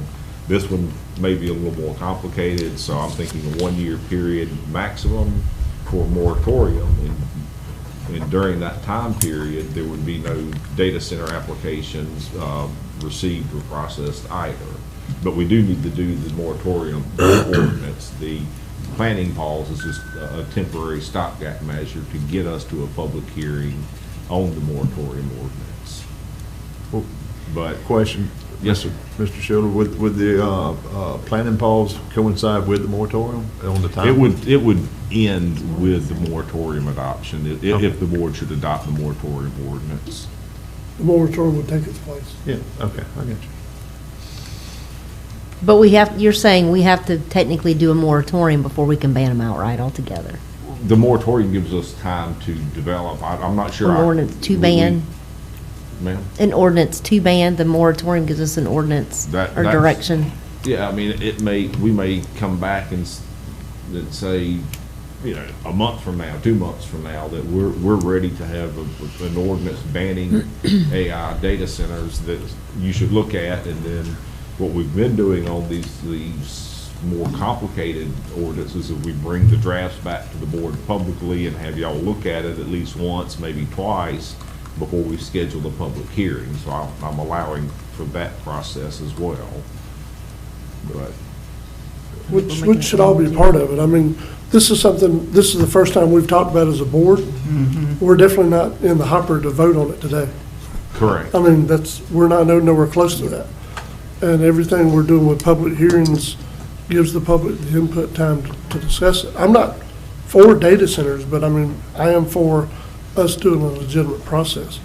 Now, while we're talking about data centers, I know that Ms. Bree referenced in there from somebody else's writing, I want to give the board maybe some of my research, if you will. So yes, some data centers, they said, can use up to 4.5 million gallons a day. The St. Joe paper mill used 35 million gallons a day. But it also provided economy for their community. I'm not for data centers, but I want to make sure we know what we're talking about. That seems like a big number that's out there, but I don't think people are taking into effect what's actually around them. So the mill is gone now, but it built the community. And the reason they have a canal was so they could get water from the Chipola River to meet the need from the aquifer. That's how the canal got there. It didn't get there for a port or any other reason, you know what I mean? It got there so they could meet the water resource need for that. Again, I'm not for data centers, but sometimes when you take facts as just a one-sided thing, you can really blow them out of proportions, all I'm saying. Yes, Ms. Bray. I just kind of wanted to comment on top of that. In terms of job creation, I did do a little digging just on how many jobs it could create. Unfortunately, it's not a lot, but it could be up to 20 and 40 depending on the size of the center, just with security, people walking the floor if something goes wrong. On the topic of water usage, a lot of the water usage that comes from these data centers does evaporate. So yes, it enters the water cycle, but the problem with that is it goes somewhere else. Yes. It leaks. It does. It does. And some of the other stuff now, we're just talking about development and actually doing stuff in your community, because I don't know how many of y'all had time to do it, but I was able to, with my job, to actually listen to some of the discussions with the House and the Senate talking about property tax reform. And I heard many, many times that they want us to operate counties like a business. I don't know many businesses that aren't trying to expand, that aren't trying to add one more account, that aren't trying to, make sure that they're doing the best with what they have and not trying to put their best foot forward. Yeah. So if that's really what they want us to do, they need to be prepared for it. Because you can't go backwards and not tell people you don't want any business in your community and be running like a business. Those are incongruent. So the other thing is, just as a matter of throwing out facts from research, a data center, and I'm not for them, let me be very clear, but a data center would triple our tax base. Point blank, period. The water they're using, they'd have to pay for. The electricity they're using, they'd have to pay for. It would triple the tax base of Franklin County, just by itself. The only problem is, though, the demand would go up on those resources, which would be an increase in. Yeah, I'm not saying I'm for it, but I'm just saying as far as the economy of it, when you're looking at what things provide. And again, like when the mill was going, I think there were times they hired as many as 5,000 people over the years, employed as many as 5,000 people over the years they were there. And it built an economy in Gulf County and in the region because of what was there. So I just want to make sure we're aware of what we're talking about. Because it might not be data centers, but there are going to be other things that are going to come up as we do develop some economy in the county. Again, I'm not for data centers. I just wanted to share some of the research while we're talking about it, because you have to also think of those things. Thank you, Mr. Chair. I didn't know about the whole, a lot of my family worked at the paper mill. I didn't know the history of all of that, so that's good to. There's the reason why the paper mill was in St. Joe and not Apalachicola. Yes. We're just not, the area is Well, they not were more conducive suited to for that. it. Yeah. But I'm not saying that any reflection on No. what that was. It's just, it goes back to what was previously stated. Our area, in my opinion, is not environmentally capable of handling something like that. No. I mean, we already have enough challenges that we face. Flow restrictions. I mean, we can sit here for an hour, which we got plenty of time. But no, I'm just saying. But getting back to what the potential motion, I don't know if we had a motion or not. But I understand the moratorium part of it, and I'd like to stress that I would like to go ahead and either allow Commissioner Sanders or myself can make the motion to move forward with a public hearing on establishing a one-year moratorium. That way we can get some time to get it. And the thing about it is that, the way I'm interpreting this from the attorney is that if we get to that 1 year, we can extend it if we haven't got something hashed out. But we need to make sure that this is all new. It's new to the whole area. I think the more eyes, that being the other counties, we can all look at it and we can get a better approach to this. That way, down the road, we're not in an executive session. Yes. Having to talk to a bunch of attorneys because we didn't have all our I's dotted, T's crossed, so to speak, like that. I mean, that's all I'm saying. I just think that we need to move forward with this public hearing on the moratorium and then establish whether or not we can get something really good, hard, and definitive on a ban. And I'll make that motion. Okay. Second. So we do have a motion by Commissioner Amison, it's been seconded by Commissioner Croom to move forward, allow Attorney Schuler to schedule a public hearing considering a one-year moratorium on AI data centers being able to be built in Franklin County. Is there any discussion before we vote? I can tell you, Mr. Chairman. Yes. I'm for banning. I'm going to vote on the moratorium, but I am absolutely 100% for banning AI centers. And I'm going to go ahead and we'll follow the process. But at the end of the day, that's where my vote's going to be, is banning them. Yeah, Mr. Chairman, I agree, but we got a motion on the board, so. Okay. I do support the motion. No, that's fine. That ain't no harm. I don't think you're alone in those situations. I think it's just the process we need to I know, follow. and that's why I wanted to say that. Then I know it's a process because the attorney says it is, but. Go through the motions. Any more discussion? All in favor? Aye. Any opposed? It's unanimous. Mr. Chairman, I'd like to take it, the third step, I believe Bree was requesting that we amend our Franklin County zoning code to establish a definition of the data center. So. That's what I was asking the attorney. He said he could take care of that. During the moratorium, that issue would be part of developing the ordinance, the final permanent ordinance on data center for you to consider. Okay. That's the I's and T's. Gotcha. I will say one thing, and now that we've already voted and all that, and we'll have our public hearing, but if a cow can't take a crap there in our property that cattle company owns that can potentially be developed, I don't see where a data company is going to be very environmentally friendly if a cow can't stand on it and do its thing, so it's just, I'm with y'all. I don't like it, but we have to go through the process. Mr. Chairman, if I can, I want to do a little analogy here. And it may not mean nothing to nobody, but I look at the way things come and go. I look at the storms, and I look and see that what we call Hurricane Alley now, from Taylor County to Hamilton County and up above toward Valdosta, there are so many farms that are not being utilized for farming anymore because of the pressures with the federal government or whatever. And there's solar farms. Now you listen to what I'm fixing to say. And everywhere there's one of them big, great 200, 300, 400 acre farms. You see them solar panels? I've never saw, and I've lived here in Florida all my life, I've never saw hurricanes take that track before. There was 3 of them back to back that took that track. And I think it's from the solar farms and the heat that it's putting out and all that.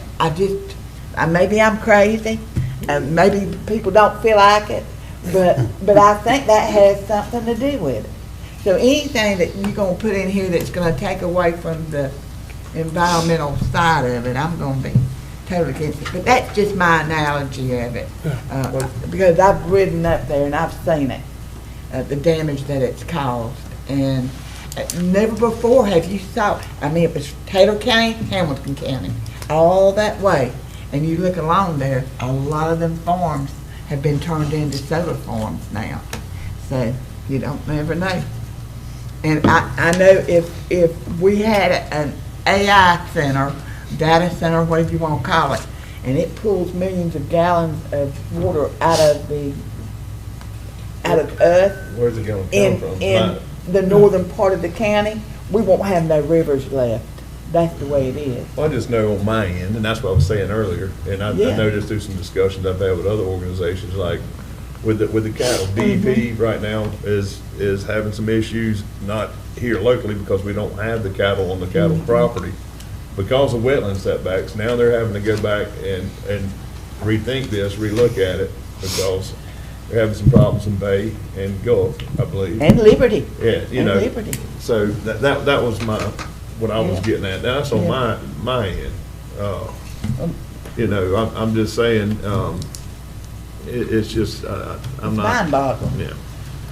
But I do like that rabbit hole. I'm gonna look into that. Yeah. Mr. Chairman, I would like to thank Bree, though, for preparing all this and the discussion today about it, because, again, it's better to be, in my opinion, proactive than reactive, especially with all the surrounding counties kind of following the same, or going in the same way. And they'll be looking at Franklin County and be a little point on the map, be like, well, there you go. Well, we Right would there. have some exposure. Yeah. We would have some exposure. Yeah. So thanks, Bree. Thank you, Commissioner. Yeah. All right.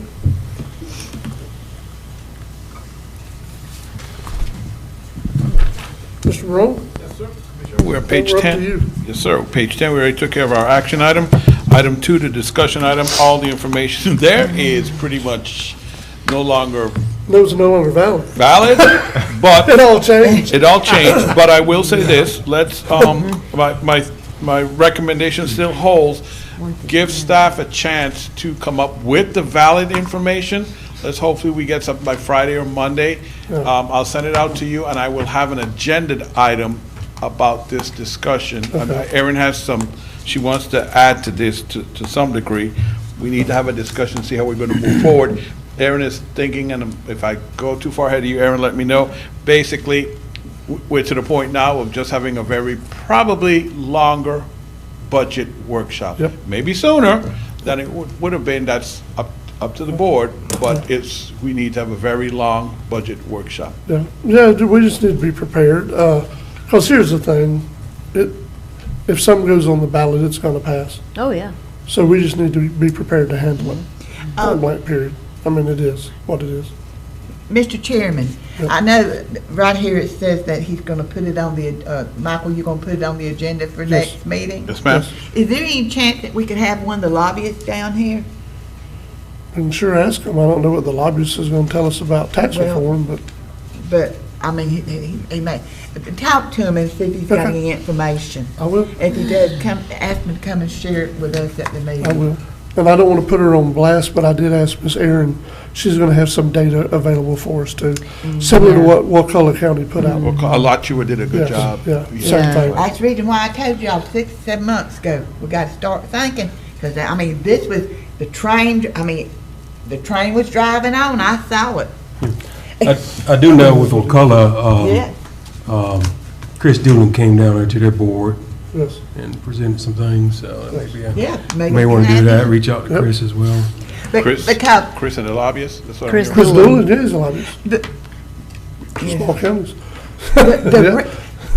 Well, the thing about it is, if you look, and I'm not gonna go into it too much, but if you look, it says that the counties would be able to go through grants or funding. Yes. Okay, well, we've already had it set aside for smaller counties with the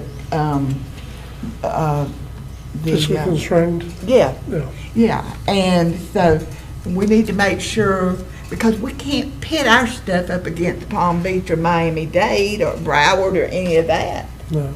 you know? We're gonna be left in the bottom of the pot. They did actually remove the trust fund language from. They did remove the trust fund. They did remove the trust fund language from the property tax reform initiative, so they removed that. They also exempted the school board taxes from the reform as well, so. And they brought all your constitutionals under the They did. core. Yeah, So, one item I do want to bring to attention is, that still is in there. It says local governments would be required to use the portion of property tax revenue that remains after the expanded homestead exemption solely for core services. And what core services includes, the legislation explicitly lists public safety, education, admin costs, and infrastructure as examples of core services. That would mean that any property tax revenue not used to cover the exemption would have to be directed towards these categories. And that's something, like non-core functions such as parks, libraries, transit, human resources, health and human services, and certain administrative services would be at risk if ad valorem property taxes were reduced. And there's a lot of things that the board does and that we authorize as far as providing funding assistance to nonprofit agencies, senior citizen centers, veteran services programs. There are a lot of things that in statute, are human services, but they're not necessarily, a statutory guaranteed required funding assistance. And another example of that would be the funding assistance that we provide the county health department. Even though that is a Florida Department of Health function, we fund them $49,000 a year to support their primary care efforts. So there's a lot of things like that going forward that the county may not be able to do. So even the funding to your nonprofits and food pantries and such, will likely be one of those things that are not going to be considered core services. What Fonda did this morning, you probably won't be able to do anymore. And/or travel for any ball teams. Yep. And that's what I was going to say. The food pantries was the biggest thing for me, is because I see cars lined up and it's a good service, but it's a service we're not going to be. Libraries, got a lot of big things going on with the library, but the list goes on and on. We can sit here and talk about it all day, but the fact of the matter remains, I do agree with the chairman. People are going to go to that ballot and they say, do you want property taxes eliminated? Of course they're going to say yes. They just don't realize what it goes for and what it provides for. I was talking to somebody yesterday about it. I said, we have volunteer firefighters.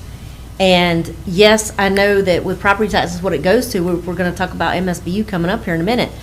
But how does that all relate? I'm going to probably save $50 a month on my mortgage for my property insurance. But at the end of the day, if my home catches on fire and that first responder's not there because we can't fund them, and then I ain't got a house to live in. So what at what cost is it? It blows my mind. And again, a lot of people don't realize what their property tax goes for. But I'm concerned about it. I know we all are. I'm looking forward to what you're going to present at the next meeting in terms of where we are. And I know everything's still up in the air too, because the governor's still yet to sign his budget. So all these grant monies that we get and depend on every year after year, what's that going to look like? But anyway, I digress. Mr. Chairman? That's all right. What I always consider, and I've always told y'all, is it's essential services, non-essential services, and quality of life. Now, a good example is the public library, okay? We may not be able to fund that. We don't know how bad this is going to get. But the public library does more than just a library. It is a lot of basis for a lot of people in this county that does not have internet, that goes there and does all their stuff, Social Security, all that stuff through that. So how do you classify that? You know, how do you actually find? So, I mean, people really need to have an understanding of this board right here. We're very, very soft-hearted when it comes to our people, and we want them to have the best services that we can. But something's going to go lacking in this, if that happens. And it's if it comes to a majority of the vote, 60% required to do that. It just worries me. And it's also going to be a loss of actually your governance authority, you know, as far as being able to, you know, local home rule. It's a big loss of your responsiveness as a government as well. One of some of the other stuff just to think about it. Again, it's going to happen, so that's not a scare tactic to mention what we're going to have to address, because we're going to have to do it live and in person. We're going to have to address and redirect and do what needs doing. But, you know, how is it going to look after a storm? The state are great partners. There's no way they're going to be able to respond to a storm as fast as a local government can and as efficiently as a local government can at the cost that local governments do. Yeah. It's going to cost more. It just is what it is. So, you know, those are all things that we can do any number of things as a county commission. Let me put it in our yard for our people and for where we live. But we have to do our best, and we still do it from time to time, to make sure that we're not creating unintended consequences. And none of us are yet to find out what some of those unintended consequences are going to be with property tax reform, or we're going to find out together. Yeah. Because we're going to have to address it, is all I'm saying. Mr. Chairman, the thing about it is, this is going to come down to what the people of Florida, the state of Florida want. Yes. Yep. All we can do is try to educate our people in Franklin County on what the potential cost would be of it. And that's the best we can do. And we'll deal with whatever we have to deal with down the road. I mean, that's the bottom line. Yeah. Yeah.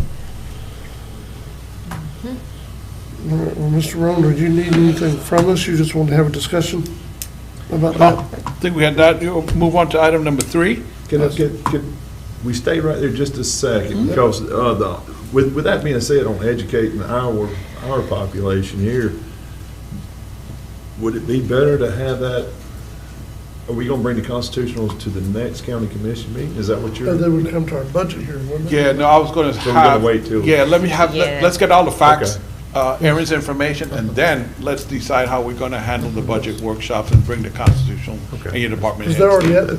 I got you. Yeah. I'm just, Yeah. we need to advertise. Yes, we do. Get as many people with some eyes and ears on this. That way everybody understands what the ramification would be either way. But anyway. Mr. Chairman, if I- Yes. Just for the record, the Florida Association of County Attorneys yesterday sent me basically a white paper that says what local governments can do in terms of educating the public and what you cannot do in terms of educating the public about a ballot issue. So if everyone has that in your email. Yes. And I know it came in like really, really late, and I doubt you've even had a chance to look at it yet, but just since Commissioner Amison has stressed that, I wanted to let you know there is some guidance there statewide from the Florida Association of County Attorneys there for your benefit. And if you have any questions, please call me. Yeah, same thing. Associated County managers had the same thing, and they said they're going to depend on the Association where of do you County think it Attorney. came from? Yeah, so, I was in that. We have another one at 4 o'clock, I think, on Friday, but, or 9, something like that.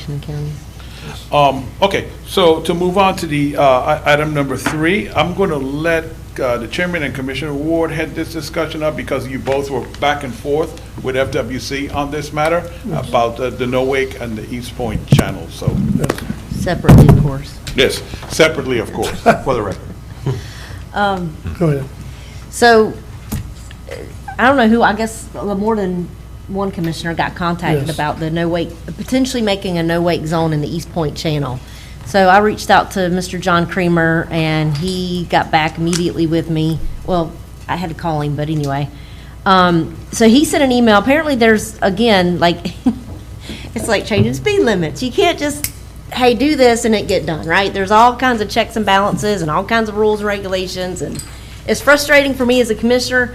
I'm sure the rest feel to just have to go through all these hoops to get stuff that we feel like is benefit to our community. However, he did say that obviously the rules that require for a potential no-wake zone in the East Point Channel, or any waterway for that matter, is, for examples, it has to be near, you can't do a no-wake zone just because we want it. It has to be near a public boat ramp, which there's one there. I'll let the chairman elaborate on that one in a minute. Lock structures, narrow waterways, canals, or certain bridge crossings, blind corners, bends, obstructions, hazardous water conditions, and other circumstances where substantial evidence demonstrates that a boating restriction is necessary for public safety. Another one would be fuel tanks, which in responding to these folks, those are, and this is per Florida statute, section 327.46. They call them boating restricted areas. So he copied a couple individuals, and one of the things I brought up was there was a fuel tank there. But apparently the fuel tank has to be for the public, not for private. And I think it is for private. But in a nutshell, they did respond to say that what they were going to have somebody do a review. Apparently they did a review of the East Point Channel and found no current or historical permit or ordinance approval for a boating restricted area. We did find correspondence between their predecessor and you, Michael Marone, referencing a Franklin County ordinance establishing a BRA, which is a boating restricted area. However, the ordinance does not identify the statutory authority under which the BRA was established, and FWC has no record of a permit for the associated markers. So in a nutshell, she's basically saying that we would need to be, that a boating restricted area would need to be established through a county ordinance that meets the criteria put forth in the section 327.46 Florida statutes. So she did review it. She said near the west of the channel may support establishment of the zone up to 500 feet from the boat ramp, but beyond that, she did not identify any other readily apparent statutory basis for the boating restricted area.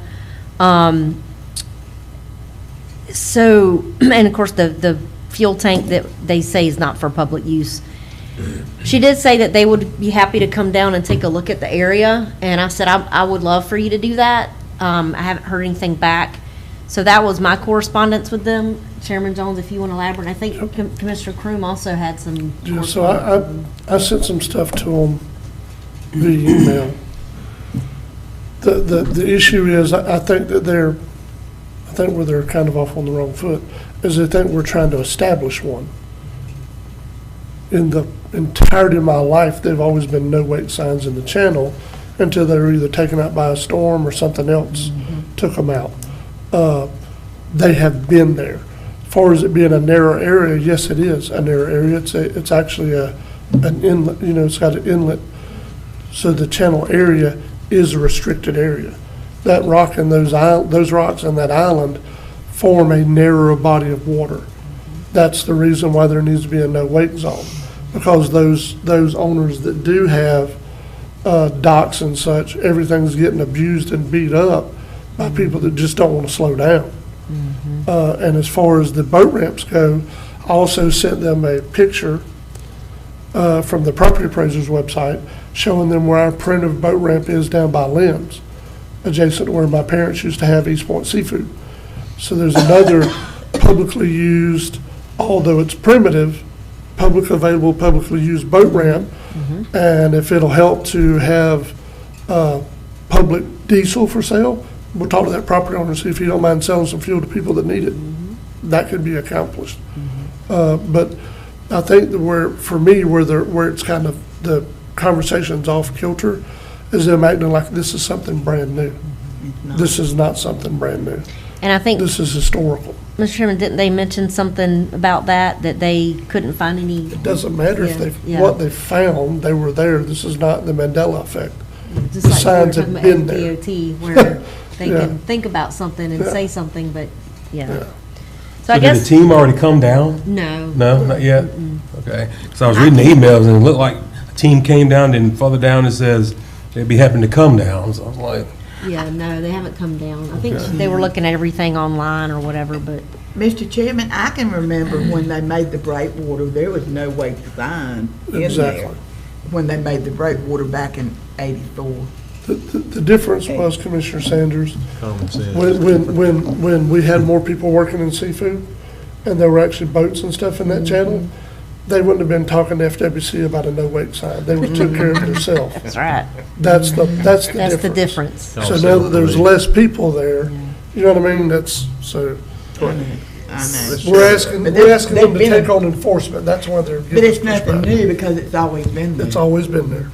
Mr. Chairman, I got a question. That, you said that, in her list of what, I guess, justifies having it, a navigable channel, what's the width, what's the dimensions on? They don't something? give dimensions, they just say They say narrow narrow? waterway. They didn't, they just said It says narrow. narrow waterway. They didn't. It is narrow, it's not yeah, wide well, open. obviously, it is, that's the point I'm trying to make. We just had it dredged. What Yes. was the width of that? It wasn't very Oh, much. no, it was because 100 we foot. caught 100 foot. a lot of flag. 100 foot. So what did they define? We need some, a definition of what they consider narrow. 100 foot's pretty narrow, I think. And I think it is when got you have boats traffic Well, coming that's back why I and want them to forth. come down. I feel Right. like if we can bring them down. put eyes on I it. can show them a pole that probably a no-wake sign was on Yes, at one yes. point, and they I can can take see you how where narrow it they were, is. yes. They can see the curve, they can see the outlay.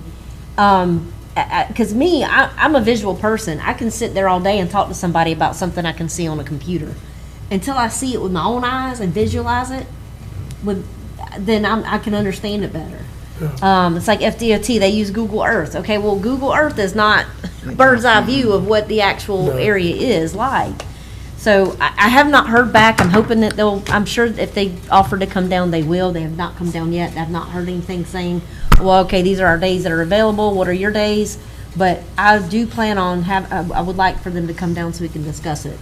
And Mr. I'm gonna bring Chair, up everything Yes. that's. how many launching facilities is in that area? There's two that I know of. Yeah. Private? There's three if you count Three. private. There's two public, one private. Okay. Because they didn't specify on the criteria Actually, here there's about four. launching There's facilities. two private, That was the two public. criteria. Yes. Along with, I think one of the And the whole other big thing entire is protecting public safety, which that was a concern that I heard as well, so. So I guess the next question, Mr. Chairman, is do we need to wait for them to come down or do we want to proceed with maybe tasking Attorney Schuler with an ordinance, or how do we want to proceed as a board? Right, I don't think writing an ordinance is gonna matter unless they're gonna approve it. Right. I mean, They need to come They down. need They're gonna enforce it. If they're not They gonna need to come enforce it, down. yeah. They get- I mean, if they're not gonna enforce it, we just gotta get sign design and make two signs. That's what I was about to recommend, is just get the road department to go out there and put some no-wake signs up, and most people will see it, they'll abide by it. Yes. Just not enforceable. Yeah, it's not enforceable, yeah. Okay. That's it. so we'll wait for Clear as them mud, to. right? So, Commissioner Ward, you're gonna Literally. encourage them to come down and you and I I already work? did. Okay, I'm waiting for them to respond to me. okay, works. One. Oh, that's not what I wanted, guys.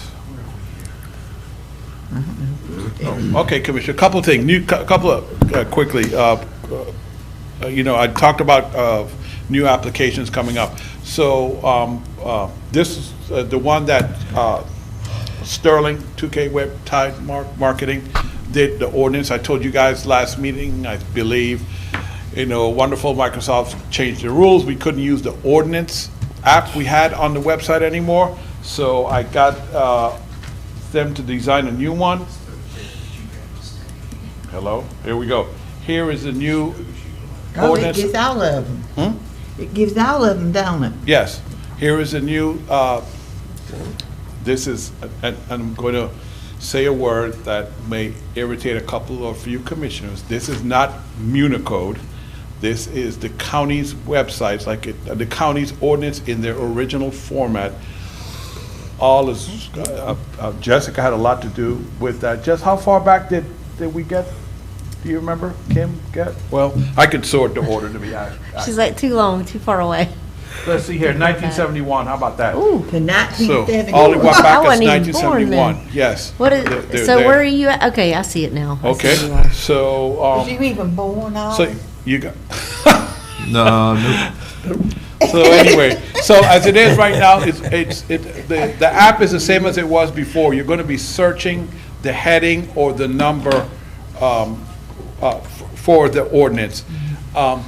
Here we go again, Tide, 2K Web, I'm sorry, Tide Marketing, what they're going to do over a period of time, I'm gonna get them to do as we move forward in time, is turn each ordinance into readable, searchable ordinance that, Royce, you gotta go turn on the AC again, so that, well, it needs to be a little cooler, so that, you'll be able to search, when you search, it won't be certain, not just a heading, I sound like I'm doing a karate class, not just a heading, but it'll also search the entire ordinance in the future. But right now, you're just searching the heading like it was before. Okay. It just looks different. I think it actually looks better, to be very honest with you. I like it. I like it, I really like it. And you can, again, yeah, so you can see it. That's the key, Commissioner Sanders, you really can. So, that's that. The other app that's running, I should have an example for you at the next meeting, is Broadcast.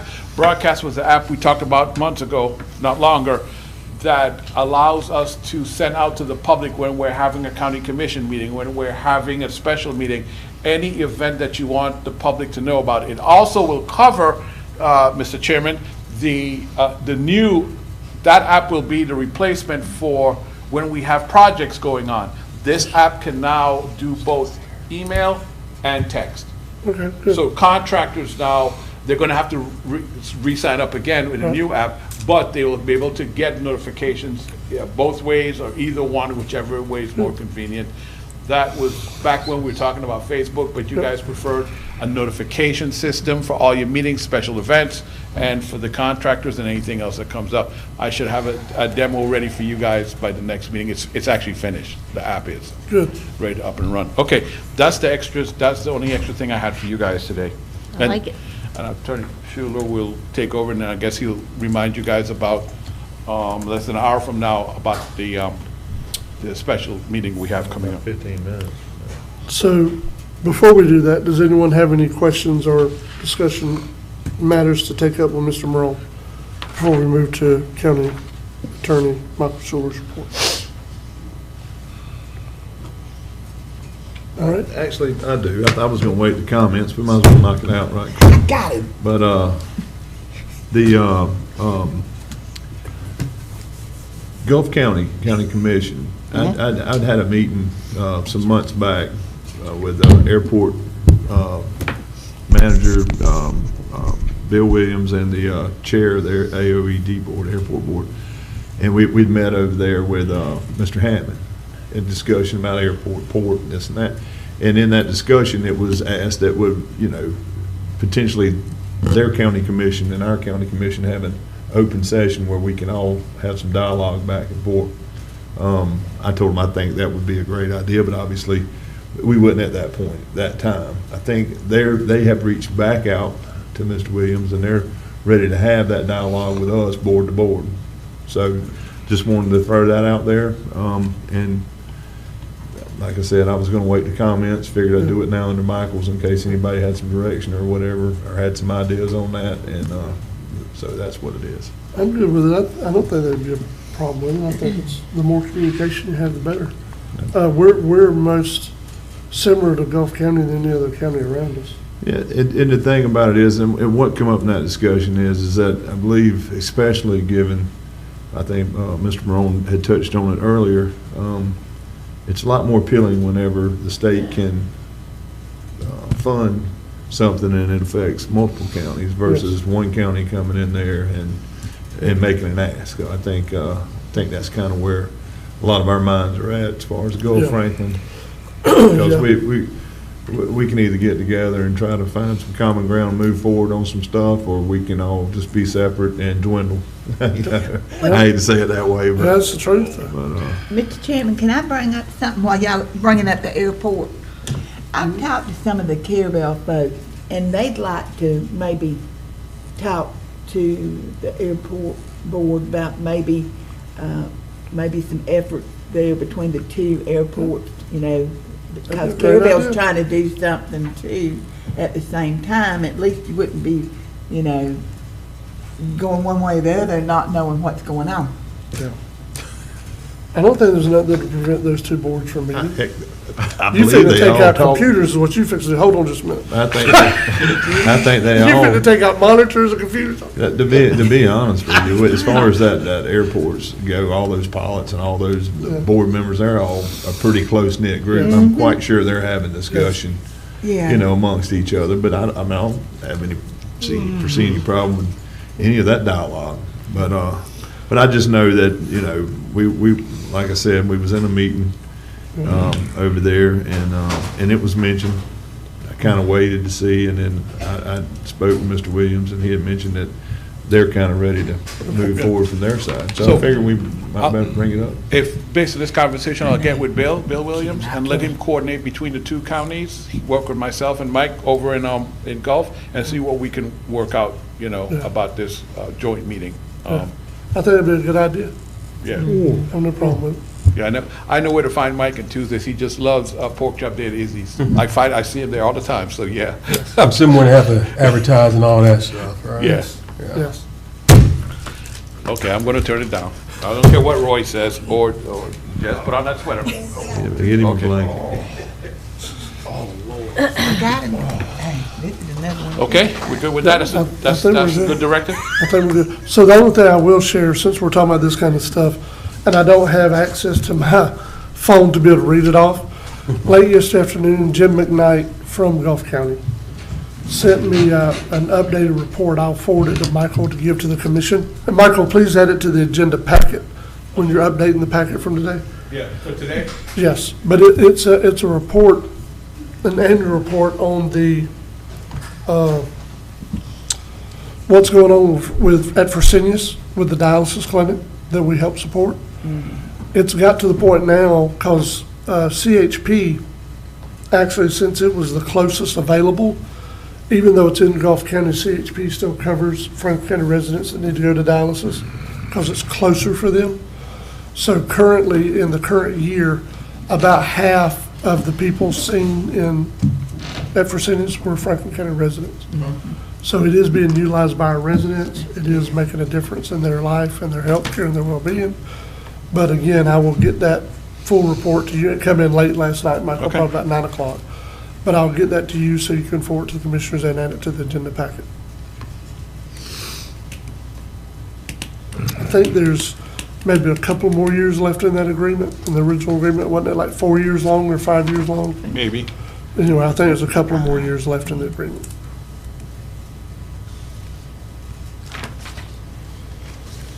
All right, Attorney Schuler, we're up to you. Commissioners, we've already done action item number 1. Action item number 2 has been amended. I have spoken with Commissioner Ward before the meeting started, and the amendment would be as follows. The request to put temporary stop signs at 6th, 7th, 8th, and 10th. Excuse me, sorry. I'm sorry. Speed limit signs, not stop signs. Did I say stop signs? I've got one more strike. So speed limit signs, temporary, would not be placed under this presentation items for 6th, 7th, 8th, and 10th Street. The commissioner only wants a temporary speed limit sign at Gulfview Street, which is, it bisects the campground. She would also like board permission for the engineer to conduct a speed study if it is affordable for all 5 streets, and to authorize Mr. Morone to get that estimate from the engineering firm. And if the cost estimate for a speed study on all 5 streets is prohibited, just to proceed with the speed study on Gulfview Street. Is that correct, Commissioner? Yes. Okay, so my request is that the board would authorize the temporary speed limit sign for 30 miles an hour at Gulfview Street, and also authorize Mr. Morone to get a cost estimate for a speed study on all 5 of the streets that I mentioned. If it is affordable, if it is cost prohibitive, just the one speed study on Gulfview Street. And if that speed study comes back showing a lower speed limit than 30, he's authorized to go ahead and post the speed limit sign as recommended by the speed study.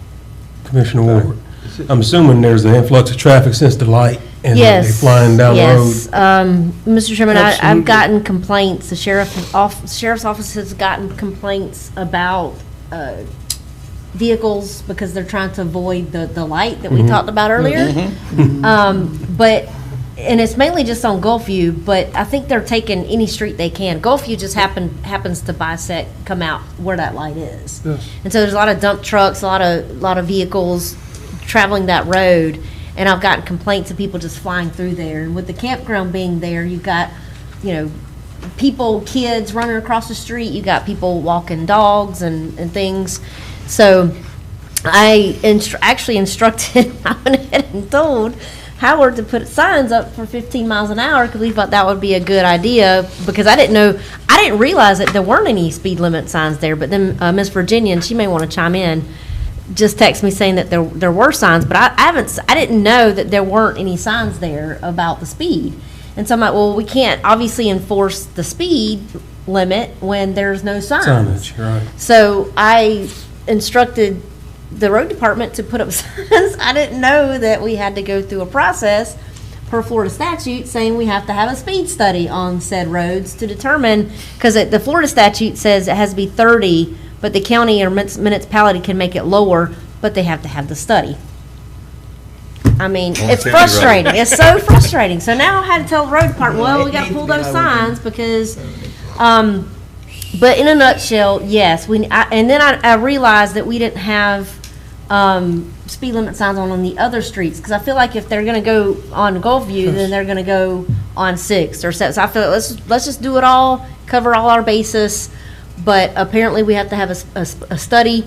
I only wanted a study on Gulfview, but Attorney Schuler said it might not be that much of a price difference to do all of them, because I did get a text from Miss Virginia saying that they've got complaints about the speed. She's available to talk to you if you need her to. The speed limit lower than 30 on all the other streets as well. So, Miss Virginia, if you have anything to respond to that, just let us know. Like even me traveling 10th Street just a while ago, I had to run into town, and it has a 25 mile an hour on it. But I think throughout the whole county, you're going to find different speed limits on different roads. But back to the roads in East Point, Howard wanted me to tell you, even with the 25 mile an hour, he has complaints from people saying, hey, that's way too fast. There's, too many people or too much traffic coming through this road for a 25 mile an hour, speed limit. So Virginia, I know in your text, because I'll be honest, I haven't really noticed any speed limit signs, but you said there are signs. Is that accurate? Not on every road, but on some. Like I think it was 10th Street that I went down that has the 25 mile an hour ones. And I want to say, if I look back, I know Higgy had went through and he got different speed limits anywhere between 20, 25, 30, and 15 just throughout surrounding roads in East Point that do have speed limit signs. How long is traffic study going to take, y'all figure? The what? How long the traffic study is going to take? Is it going to take as long as it's going to be to fix the road too? Probably. No, apparently the way they're... It will be faster than getting restore money, I can assure you of that. That's the only assurance I can give. No, the last one, Commissioner, down at Alligator Point, as I recall it took a good little while, but I mean, the engineering firm will do it just as soon as it can be done, because the speed study has to meet FDOT standards, so the engineer is required to follow those standards. They don't just go out there in a day. And how long it's going to take, I don't know the answer, but that will be part of the information that comes back for them with the estimate would be a time and cost estimate. That'll be, the board will be informed. And Mr. Chairman, I didn't see a reason. If it's gonna take a long time, then we'll just slap some speed limit signs up. But the thing about it also is I don't wanna put speed limit signs up that said the speed limit's 30, and then let's get a study that says, oh, we can lower it to 15, and then them have to go back out and put it down to 15, and then people that travel that road, you know, it's been 30 for however long, and now it's 15. I don't know, I just didn't want to waste the road department's time or anybody's time. Or money. Or money to have to replace signs that we may replace again in the near future. And to answer your question, I mean, obviously, they're not working on 98. It could be another year for that red light to still be there. So I don't know, but I just felt like that we needed to look into this. Again, I'm actually, I get the Florida statute, I get that FDOT, we have rules, but it's like, it's a county road, we should be able to establish by, again, bird's eye view, how we feel that speed limit on that road should be and slap a speed limit sign up. But again, I digress, because we have a Florida statute and we have FDOT regulating things, so. Someone say on that. Well, won't they start paving it? That's what I'm saying, but that's not gonna happen either. That might well. Do you have something to say, Virginia?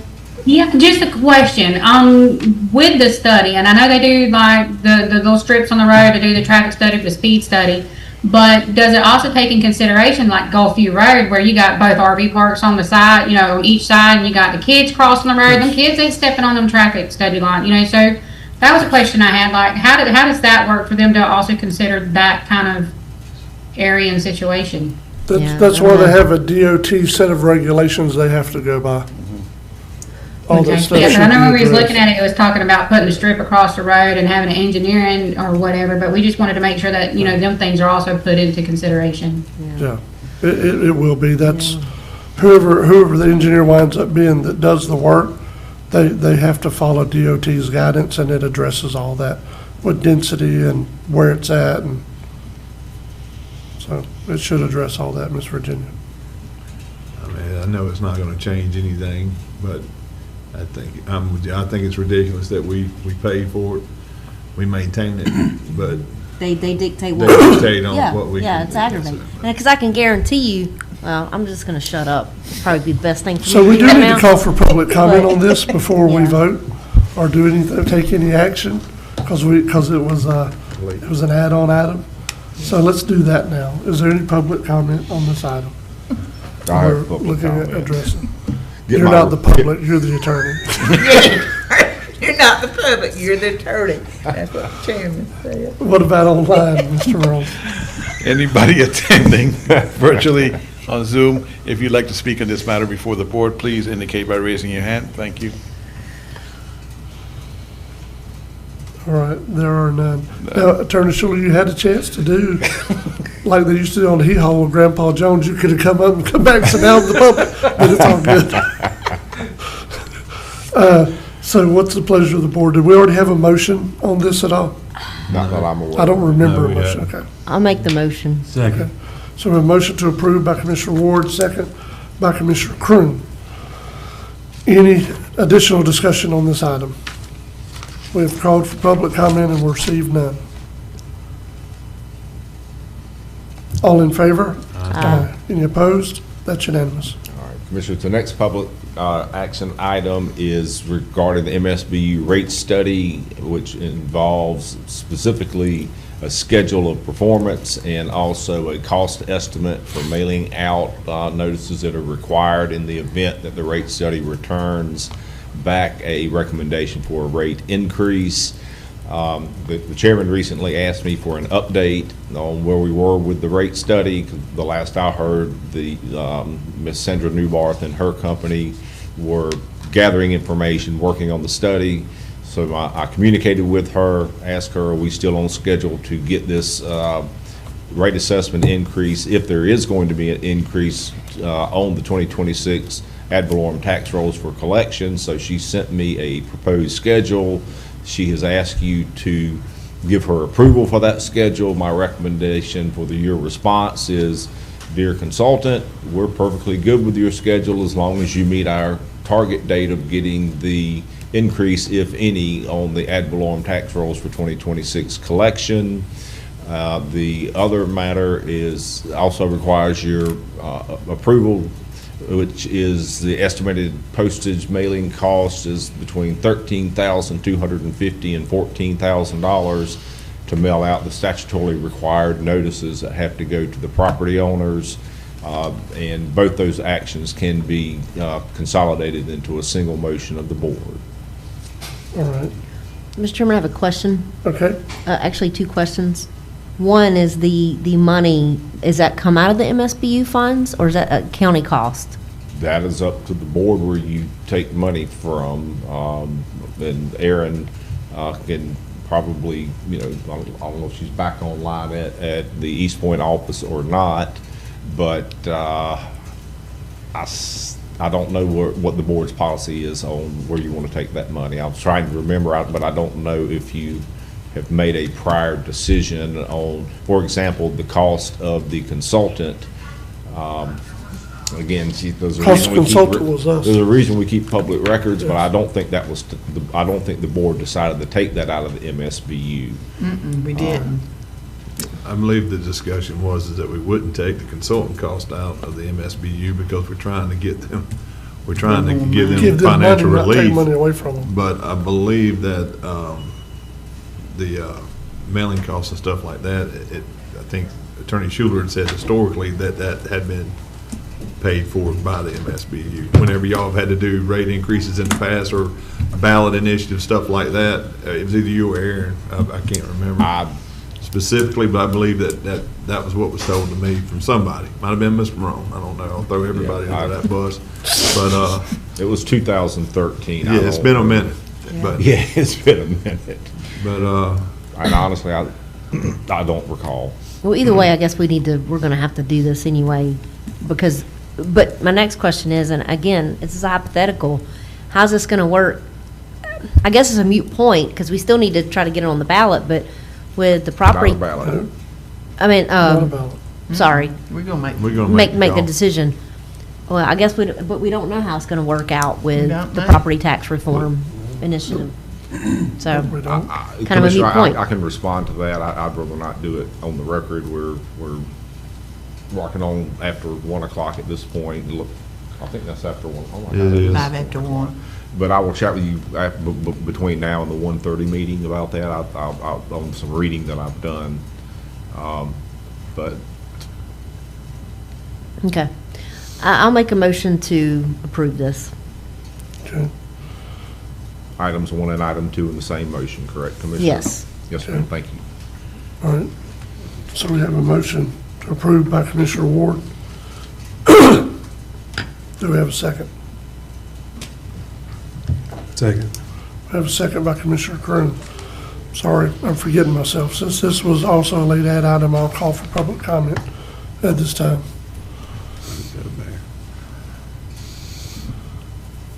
Seeing no public comment in the room, Mr. Brown, could you check virtually? Anyone attending by Zoom that would like to comment on this, please indicate by raising your hand. I see no public comment. Any more discussion before we vote? All in favor? Any opposed? That's unanimous. Then 2 information items. 1 is to inform the board at your next board meeting, you will have a public hearing to consider changing the zoning on some commercial property at 2 Mile from C1 commercial fishing to C3 commercial recreational at 11 a.m. And then just to let the board know that the public hearing for rezoning in Lanark Village that was supposed to be held today and was published to be held today, that application for rezoning was withdrawn by the property owner. And that concludes my report. All right. Any questions for Attorney Schuler before we go to Commissioner comments? All right, Commissioner comments. Just have one. Yes. Little notes here. When I was talking to John Kramer with FWC, he advised me that I guess one of our local people wanted to bid for the restoration. It was Coastline, Timmy, for the horse restoration? yeah, what's the restoration with the cement concrete? Yes. Yeah, so I was glad to hear that's someone local. Yes. Got that bid. I saw them out there this morning. Really? Yep. Getting ready. Any other commissioner comments? I have a comment. Sharon, it was nice seeing you. I probably, we've scared you to death, so everything will be virtual from now on, I'm assuming.